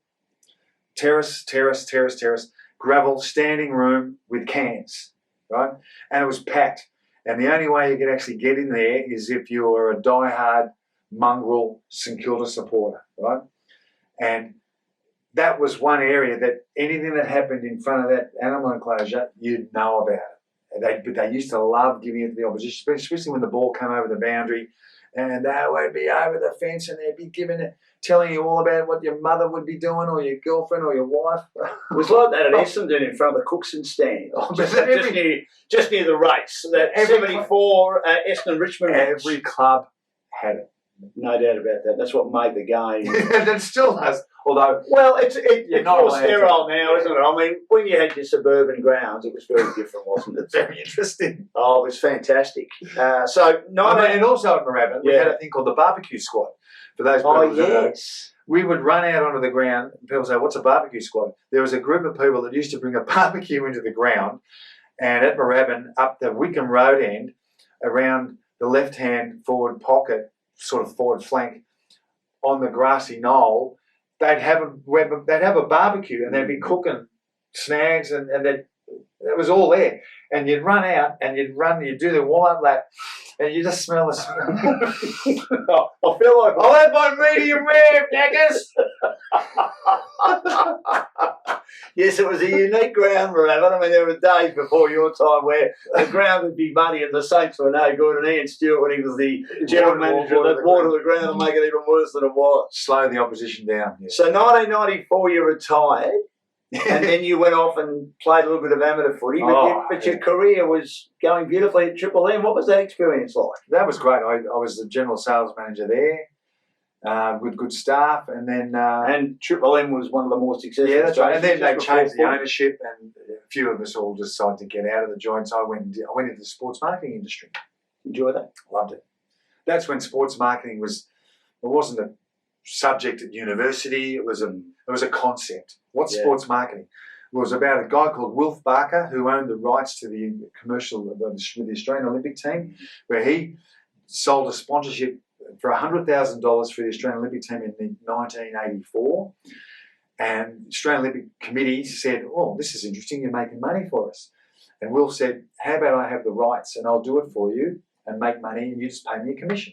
So I went and worked with them 10 years later in 94, and we worked on Olympics and Commonwealth Games. And amongst other sporting aspects, I loved it. Learned an enormous amount. Yeah. And then you went back to St Kilda to work I went back marketing manager in 2002. When Blighty was just finished, and Tomo came in. Now, Grant Thomas ran that club like it was his club, didn't he? Certainly did. With an iron fist. Certainly did. Like Butters giving too much power. Well, history shows I think he probably did. Rocket Rod was. Was he there often enough, Rod Butters? Now, Rod's credit had a heart of gold, and Rod had recently sold a business for a lot of money, and he dedicated an enormous amount of his resources to the footy club. And they were the days when you relied heavily on turnover of membership, right? So members would all come in at a certain period of time, and then you had expenses, you had to pay bills, but then a lot of the money would run out in the second half of the year, right? So I know that I think pretty much that Rod assisted us in the early days by bankrolling to pay wages and to pay bills. I know that was a fact. So to his credit, he did that. But I think what happened? But I think also, it was Tomo's show. Tomo was. What was it he showed? Did he lack confidence that unless he could have never lacked control? Confidence. No, but did he? But do you think he did lack some confidence, Russell, in that? Unless I'm given complete carte blanche. I mean, he rang me once and said, "Why do you want to speak to our players?" And you had Michelle Klein, who's a very talented media manager, who was there at the time. But Tomo was the coach 2005, 2006. Why do you want to interview our players? Well, that's what you do. You've got to injure players. Control freak. Yeah, to me, he lacked a bit of confidence. I don't know. Unless he had complete control of the situation. Yeah. Do you know what I mean? It's my football club. He said, it's my football club. I'm thinking, well, you're not going to win too many premierships. And he had a very good list. I think if he had been a better strategist, they would have won Well, they had a really premierships. great list. They 2004, recruited 2005. Kaczynski and they were Rewald and they Goddard and Montagna and Milne and had a great team.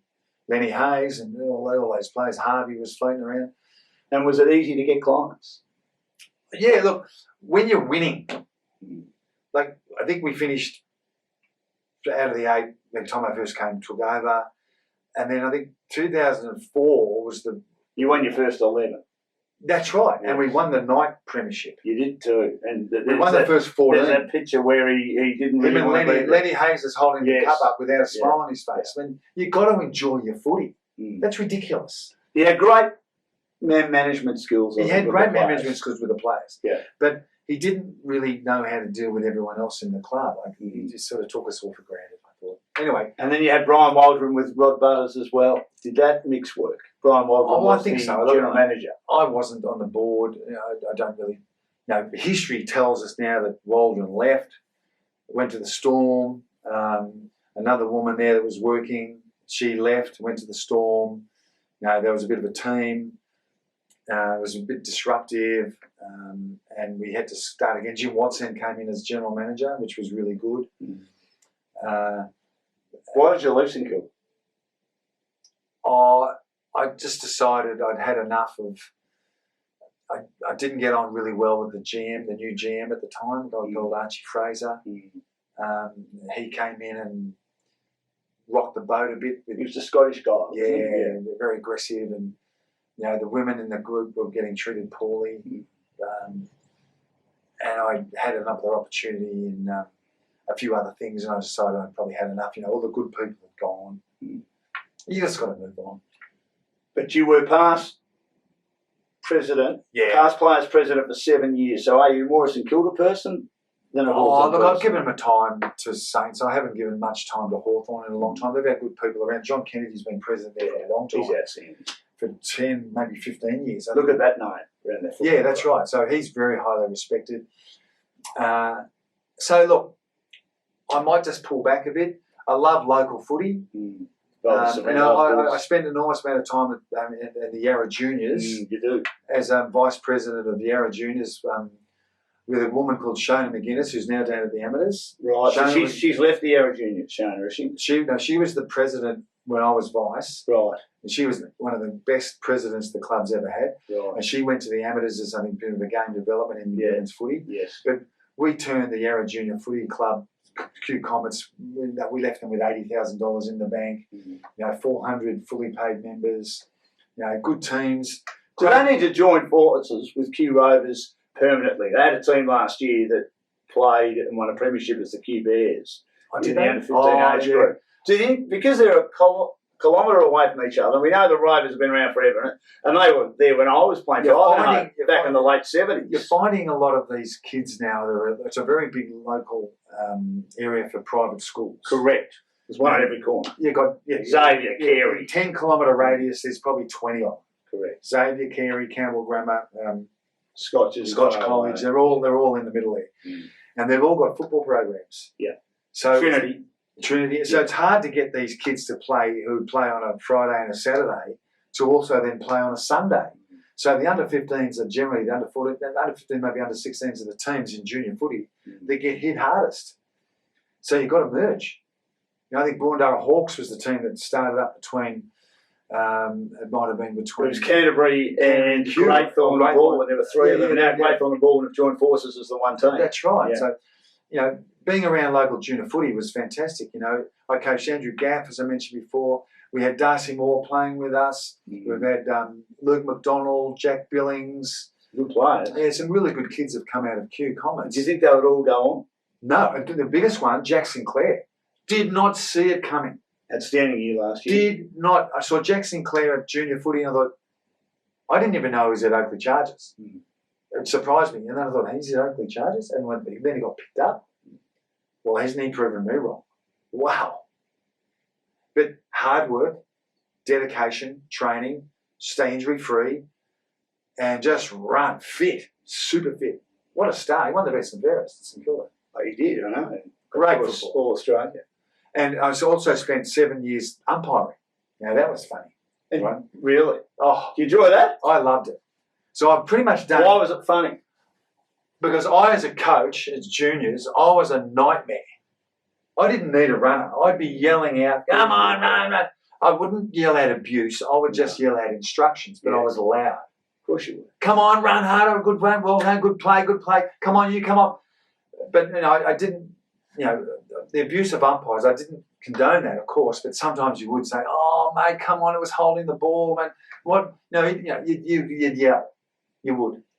Then I became umpire and I thought, if I was umpiring me as a coach, I would have said, mate, shut up. Correct. Shut up. I used to do a lot of umpiring that didn't really hear the coaches because I'd be doing all the talking and commentating. And but I was a loud coach. To my son's team, under 11, under 12. That's right. But, you'd coach teams and you'd have players on the field that would be chirpy, and you do that, it's fine. And then you'd have a dad on the sideline that was chirpy, and you think, I bet that's his father. Correct. And what generally is. So then you talk to the team manager and you say, I'll tell you what, you better stop. Did you see a lot of helicopter parents? Yeah. And how did you manage to... What I did before the game, I'd keep go an eye on them and ensure they didn't become a problem. You go into the rooms before the game, and I was umpire's coach as well, and I tried to teach these kids, and it's very difficult to teach a 13 or 14-year-old to walk into the change rooms and embrace the two teams, or embrace each team at a time with parents in the room, and talk with confidence to say, guys, welcome. Okay, I'm your umpire today. I hope the parents, I want you to all come because I want you to hear this as well. Right, now, just want you to remember, kids, it's an under-13s game. It's not the AFL, right? We're not playing for sheep stations. The rules aren't different. There's no deliberate out of bounds, so you can push it out of bounds. And I don't want parents yelling out, oh, deliberate. And they put their hands out, deliberate. It doesn't exist in junior footy. No. So please, and all parents here, don't take it too seriously. I'll give free kicks to the kids that go and put their head over the footy and have a real crack. Everyone happy with that? Great. And everyone loved it because you gave communication. Correct. But there are young kids now umpiring that don't have the confidence to go and do that in front of 20 parents and 30 kids and a coach. And they should, though, be given the opportunity because this is the problem. Last year in the MPNFL and the South East Umpires Association, they were down umpires. Not just in that association, but everywhere. But I don't blame it because there are parents yelling and screaming at kids. Correct. And I ended up having to go on to a tribunal at Yarra Juniors as I was the umpire coach. And we had a coach that gave curry to two 16-year-old boys so much because they got beaten by the two rival teams. They got beaten in the last minute of the game by 5 points. And the coaches just gave it to these two umpires as they were walking off the ground. They were literally scared as rabbits in the umpire's room, and they were too afraid to leave. They had to wait for their mum and dad to come and pick them up. Joking. No. So they filed a report, and what, they still had the parents abusing them, did they? the coach, he was just, they were scared because the coach had given them they'd given the rounds of the kitchen on the way into the change rooms after the match. And this guy was bulky, intimidating, blah, blah, blah. And then, so that was reported. We had to go to the tribunal. And not once did that coach say sorry to those guys. What did he say? Not much. Oh, no, that wasn't like that at all. I said, well, these two, they're children. They're 16-year-olds. They're not adults. They were physically scared out of their wits. And you have not yet, we've been here 40 minutes, you've never said sorry. What did you say? I'm not saying so. Oh, no, the dribble. Yeah. Because he's under the pump. Do you think too many junior clubs are trying to win premierships and set up a legacy, particularly if they go through as coach from the under-12 and they want to coach because their son might be playing, go right through generally to under-17s? Do you think after a couple of years it might be time for a change? I think there's a rule, a lot of clubs now, you do 3 years and you move on. Mm. But most of the coaches these days have generally got a kid. Mm. Why would a parent come and coach unless you've got a child in the scene? You're giving up your time, you're going down on maybe twice a week, maybe once, maybe Tuesday and a Thursday, Wednesday night, whatever. And it's cold, wet, windy. You're running around, you're trying to teach kids. And giving up your Sundays. And one thing I found with juniors footy is you get so many dads that haven't been educated. And I know you've got to do a level 0, level 1 now, coaching course, which is good. But you've got thousands and thousands of coaches around the country. And the one thing they lose sight of, you've got to teach the boys and the girls the fundamentals of the game. Don't try and teach strategy. Strategy doesn't work. Strategy's out the window. Because kids are sitting there and there are coaches writing this stuff on the board and they're going, right, now, what we're going to do when you get the ball in the back line, we're going to switch it across the half-back line. And the kid's going, he's thinking about, I'm having a hot dog at the end of the match. He's not listening to any of that crap going on the board. Just have fun. Have fun. But push the ball forward. Teach them the fundamentals. Yes. Teach them to kick, handball, mark. Correct. Because if you teach them to kick properly, they kick it to a teammate. Yeah. They don't turn it over. He marks it. He then kicks it properly to a teammate. He marks it. Because in juniors, generally speaking, you can get away on your own reasonably easily. And then they full forward, kicks the ball and kicks a goal. That's right. When you get a bit older, you start to wait till you're 15 or 16 year old. Different games and play different games. And when your skill level is much higher, and when you've got Luke Hodge on the half back line who can kick the ball across goal 50 metres, until you get that type of skill effort in your team, you can't have all these strategies and switching play and changing direction and having loose men and tagging in junior football.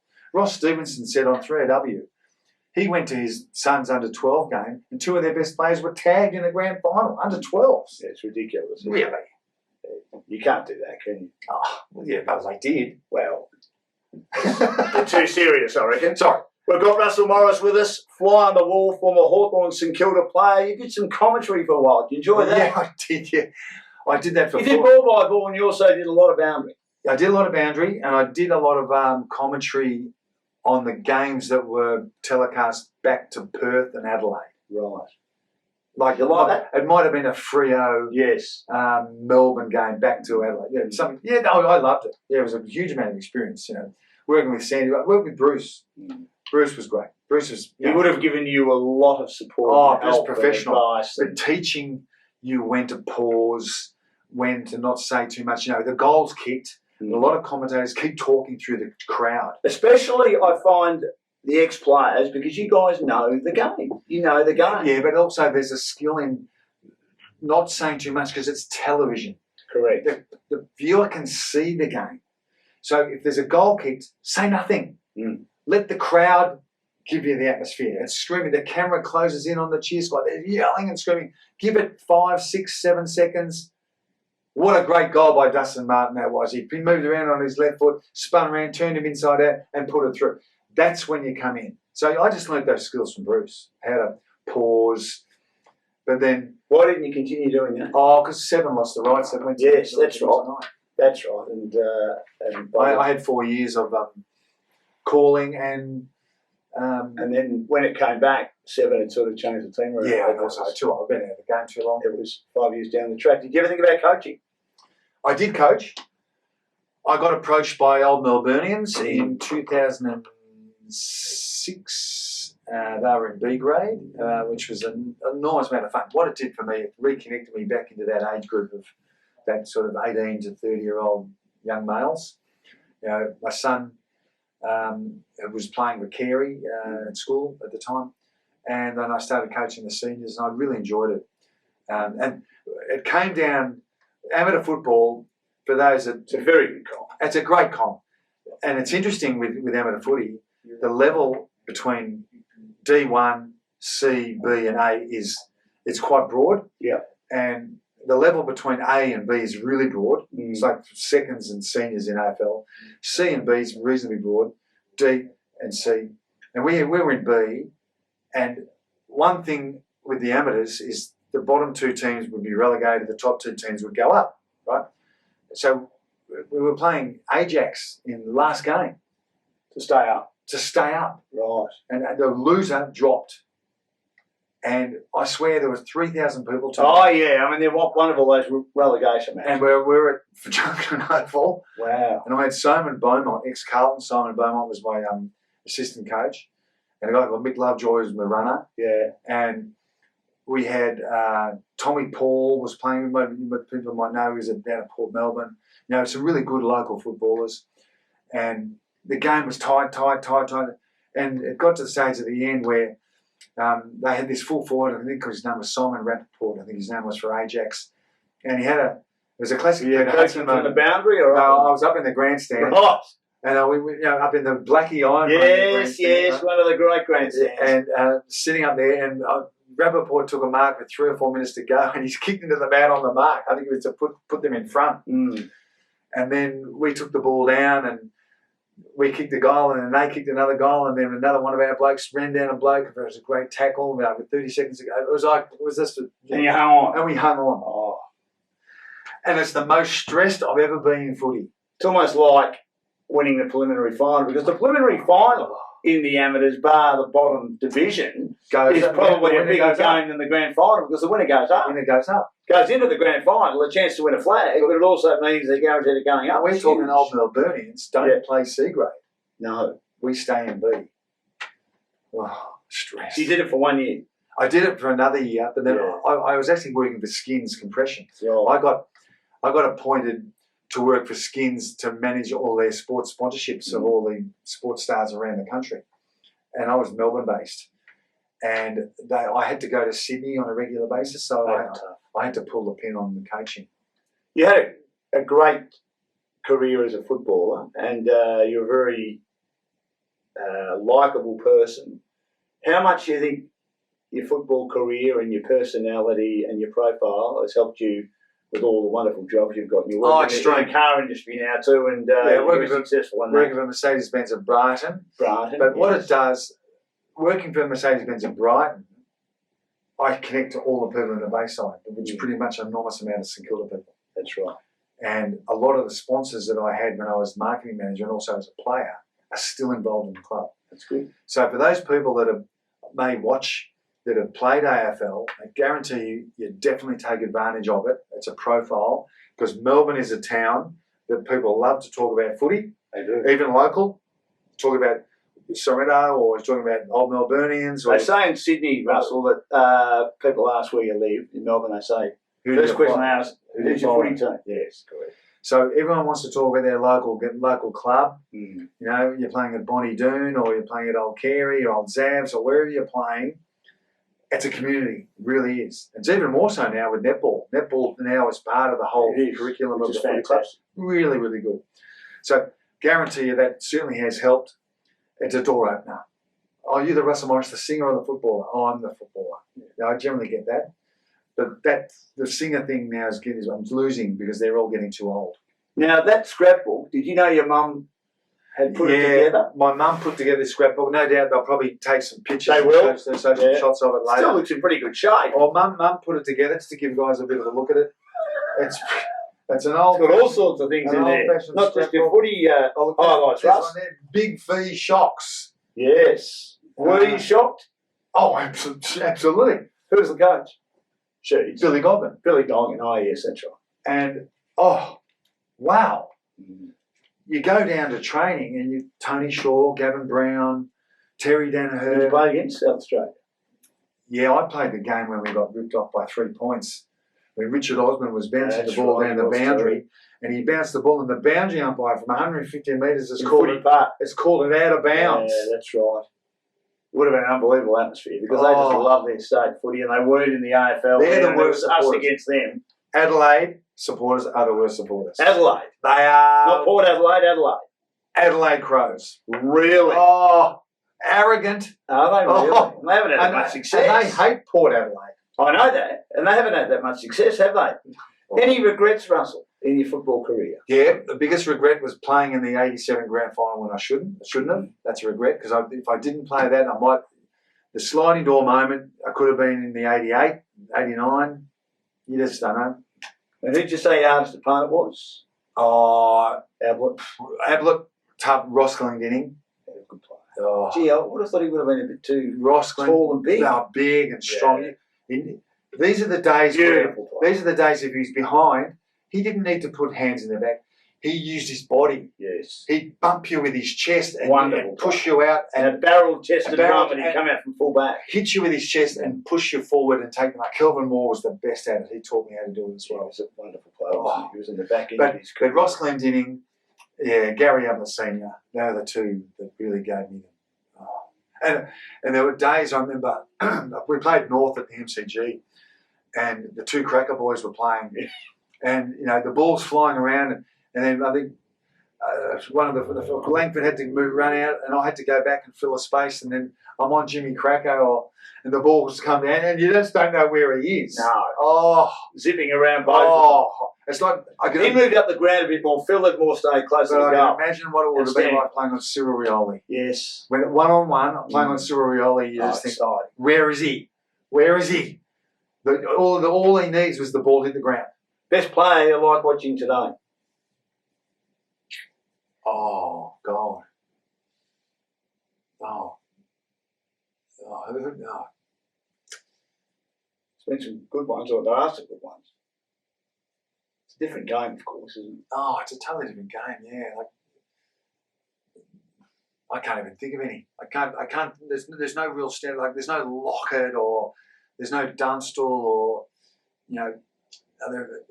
You said Plugger was the best player to play with at St Kilda. Who was the best player to play with at Hawthorn? I mean, Lethal was at the end. Lethal, I didn't really see the best of Lethal. No. And Rob Harvey as well. Rob Harvey. Outstanding. Lockett and Harvey, I played with Harvey as a 19-year-old, and I've never seen a player hit the ball so hard and be able to pick the ball up off his ankles running full pace. And swivel the hips. And no one could catch him. Yeah. And then turn the turbo on. I'm bouncing the ball, I'm running quick, and there's someone, Anthony Stevens is chasing me down the wing, the north, and then it just hit the turbo. Where's he gone? Whoa, off he goes. Correct. And Lockett, of course. Hawthorn, look, it's difficult. Gary Ayres was the hardest. Gary Buckenara, for a player that shuffled around. Bucky used to shuffle. He did. The skills. Beautiful finisher. But could take a hanger. He knew where to go to get the footy. Everywhere the footy was, he was. He kicked 8 against Victoria in the state game at Perth. Yes. As a shuffling half-forward flanker. Yes, he was a very, very good And then player. you got the Rat, you got Platten.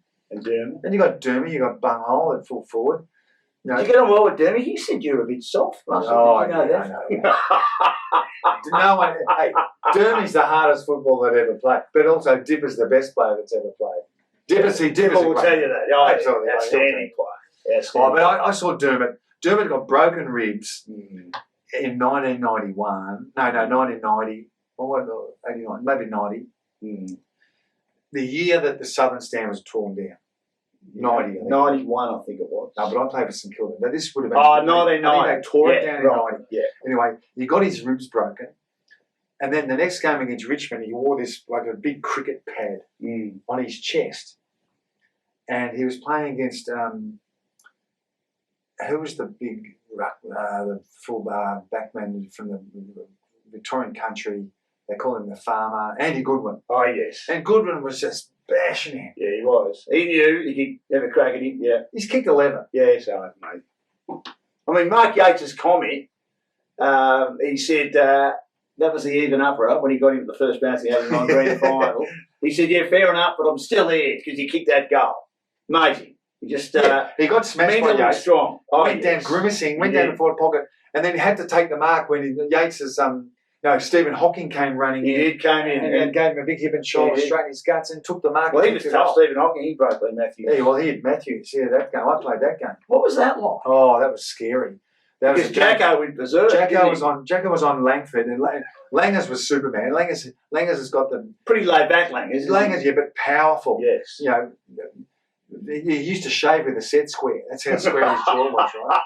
Langers, big jaw, massive, looked like Superman, Christopher Reeve. Right? Yes. And he's at fullback, and Jacko's giving it to him, and he's banging him, punching him, and doing everything possible. And Langers is dealing with it and wrestling, and then, for whatever reason, we saw on the video, Lee goes bang, hits, runs.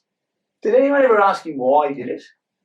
Very pragmatically, I don't know the reason, but I heard there had been a couple of incidents that Bruns have been involved in, and maybe it's a square up. Yes. But Stephen Hawking was only young in his second year, and he just made sure that he came running from the back. Oh, he did. Yes, he did. And I'm on the bench. I'd broken my hand in the first quarter.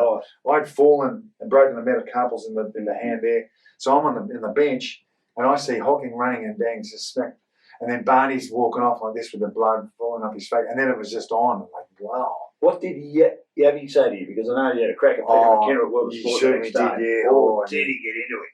He said, don't you start. It was like, people in glass houses. Peter was asking, I don't think he was a tough, when I say tough, an unfair player the way he played. He was tough enough, but an unfair player the way he played. Yabby knew that Collingwood in his day had blokes who may have done something similar.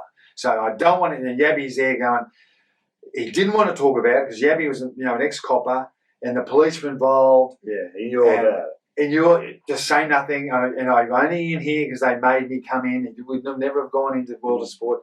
And he sat down and spoke next to Tommy Hayfield. Who didn't say much. They didn't say much. Tommy was involved in those Richmond sides that played footy. Yeah. We'll have a look at Barmy in 73 with Kevin Hall and Vin Waite and bloody Southby. Correct. 3 of them. And in 1974, Ian Wilson Octa, of course, who's heavily involved with Sereno Footy Club, loves that football club, said he had his steak and eggs before the grand final, and they were confident they'd win the flag, and they were walking from Punt Road through Yarra Park to the MCG, and he heard Sheedy and Barm behind him talking. Sheedy saying to Barm, he said, I think we'll be right today. North are pretty new to this cave of playing in grand finals. But if someone has a crack at Royce or KB or whatever, he said, I think we'd be willing to have 2 or 3 weeks off, Barmy, wouldn't we, to start next year? At Octa, Ian Wilson said he could have gone down Swan Street, been hit by a tram and come out the other side. He thought, we're no chance of losing. But the game was very different even by the mid-80s, wasn't it? Yeah. It had certainly changed. That was the old Graham Richmond behind the scenes in those days. You certainly played in some controversial games, didn't you? Yeah, I did. That game, the Winmar game, the Bucky game after the siren against Melbourne. I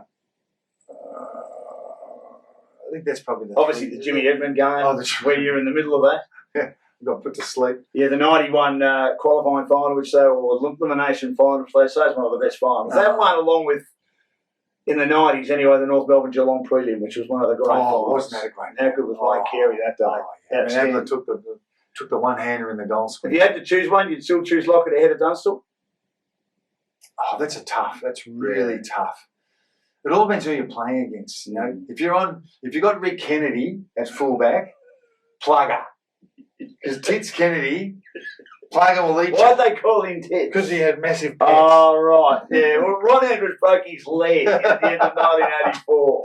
Tough as nails he was. He's a ripper guy. Yeah, good player. Big chest, Tits Kennedy. Yeah. Well, Trent Hodgson's father-in-law, Rick Kennedy. Oh, is it? Oh, he is. Yeah, he's tough as nails. But there's some great character. You run across these blokes today. Like people say the 80s was the best year because it was good football, strong, fast, and good coin. I was on $65,000 a year in 1987. $65 grand. Mate. I could have bought nearly a house in 65, pretty full house, and that was good. But the people, respect, because you run into them today, and we've all come from that same era, and it's all toil, hard. We all worked.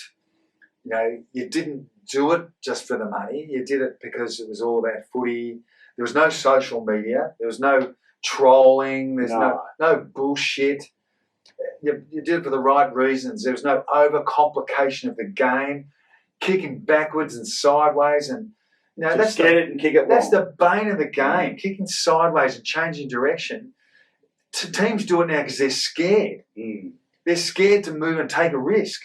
Those days, our days, they're scared to lose. They're scared to lose. So I'll kick a safe kick and let someone else make the mistake, you know. But these days, our old days, kicked a position because you knew that, the ball would be coming down and Ted Chrissy knew would be on Kernahan. You know, there'd be a one-on-one. And then the ball would hit the ground and Russo would hit the ground and then Kenny Sheldon would come through and Wayne Blackwell would come through or whatever.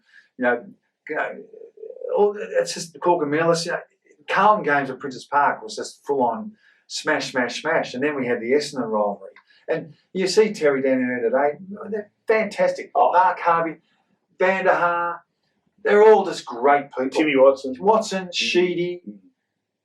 There was respect. We hated each other, but we love each other now. I mean, Dermot plays for Frankston, or he's got an association with Frankston Bombers in the MPNFL, but he will not call them the Bombers. That's how much he hates it. The line in the sand. Oh, yes. Dermot's he's a softie. You reckon he's a softie? He loves them all. He loves all these players because they helped make him. Of course they did. They've all made him. Now, Tip is the same. What about a trip overseas? Is there one that stands out? Were you there the day that Jason Dunstall, or were you on that trip that Jason Dunstall got himself into trouble? No, not with Sean Ralph Smith and was it Anthony Condon? Yeah, and he said make sure you don't shoot the fat one to the American police. That's right. When they were away, because of course he had a connection. No, the most memorable trip for me was we went to Japan. St Kilda, Carlton. We played Carlton in '86 in Japan. Fuji Television, the big conglomerate in Japan, big TV network, paid for us to play an exhibition game over in Yokohama Stadium. Right. And we went to Japan and we won the premiership.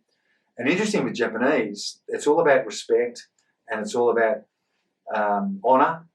And everywhere we went. And don't drink too much before the game? No. In '87? No. But what happened when we arrived? We were treated like kings because we won the premiership. So our bus was first. We'd get introduced first. Carlton were always second. We were on the 5th floor, Carlton on the 4th floor.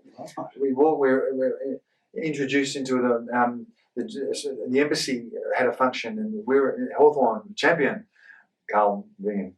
That's how it was. And then we had a team of Japanese that were looking after us, and they were fastidious with everything that we did. We had to be down in the foyer by 9. So they were treating it a bit more seriously than you guys probably were. 9:02, we had to get the bus had to leave at 9:04. We had to get to the stadium by 9:46. Everything was to the minute. And then we played on a stadium, the Yokohama Stadium, and it was artificial grass. Wow!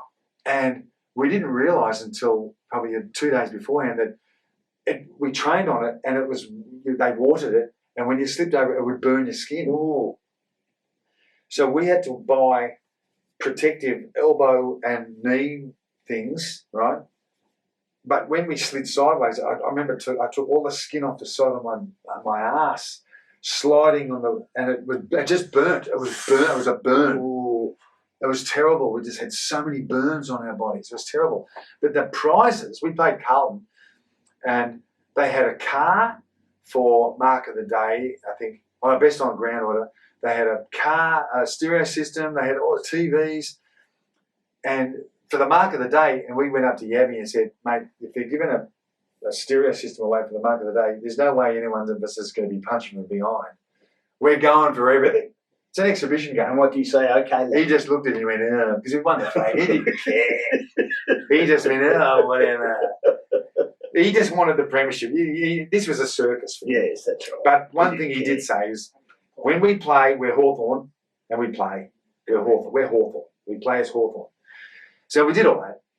And then during the game, they had a PA system going, and they had a commentator describing the game in Japanese. Right. And if I may indulge, it was like, and he's yelling out over this thing, and we're hearing this, and he's trying to incite the crowd to get them all excited. So I think what happened at quarter time or half time or something, a few of us got together and we said to Justin Madden and Motley and Molly Meldrum was playing, and who else? Sticks Kernahan and whatever. Let's start a fight. Let's have a bit of fun. And we'll jump in and pretend, and we'll get all this going. Yeah. Anyway, we all jumped in. Well, did the crowd love that? Of course they did. It was very, very different. And the commentator was screaming through the PA system. And we're in there, we're throwing each other on the ground. Not really connecting. No. It was just something, we were laughing and carrying on. That was because there were some great blokes there. Stephen Kernahan's one of the best blokes you can they were all good guys. Carlton guys, they were all great guys. We had an enormous amount of fun. But that was Japan. And before I let you go, Michael Tuck, unassuming, but a bit of a freak. Tucky, how many, 20 years? 426? Yeah, 426. He played 7 winning premierships. Yeah, 4 losing, 11. So he played 11. Yeah. That's the most in Joel Selwood passed him, 39 finals. Oh, 39 finals. But Tucky's got 11 grand finals. Yes. Barassi was the next. Barassi had 10 for 6 wins as coach and player. But it's an amazing record, isn't it? Oh, how someone could just keep going at the same pace, at that age. He may have been able to play another year, but I think Joycey. He felt he probably shouldn't have even played in the premiership, in the grand final. Didn't want him in the team. But good golf. He plays off 12, Tucky. Does he really? He lived in Berwick forever. Yeah, when it was a country town, he used to, I think, 3 or 4 stubby trip home or something. Yeah, according to Dermot. Same with Chris Mew. 3 or 4 stubby trip home to Rosebud. Back to Rosebud, because in those days it was probably just the Murdoch Road. Yeah, correct. It would have been probably an hour and a half from Moorabbin. From Glenferrie would have been probably an hour and 45. The freeway wasn't there. Yeah, might have been a 6-pack. Well, Russell, you've had an outstanding football career, great journey in footy.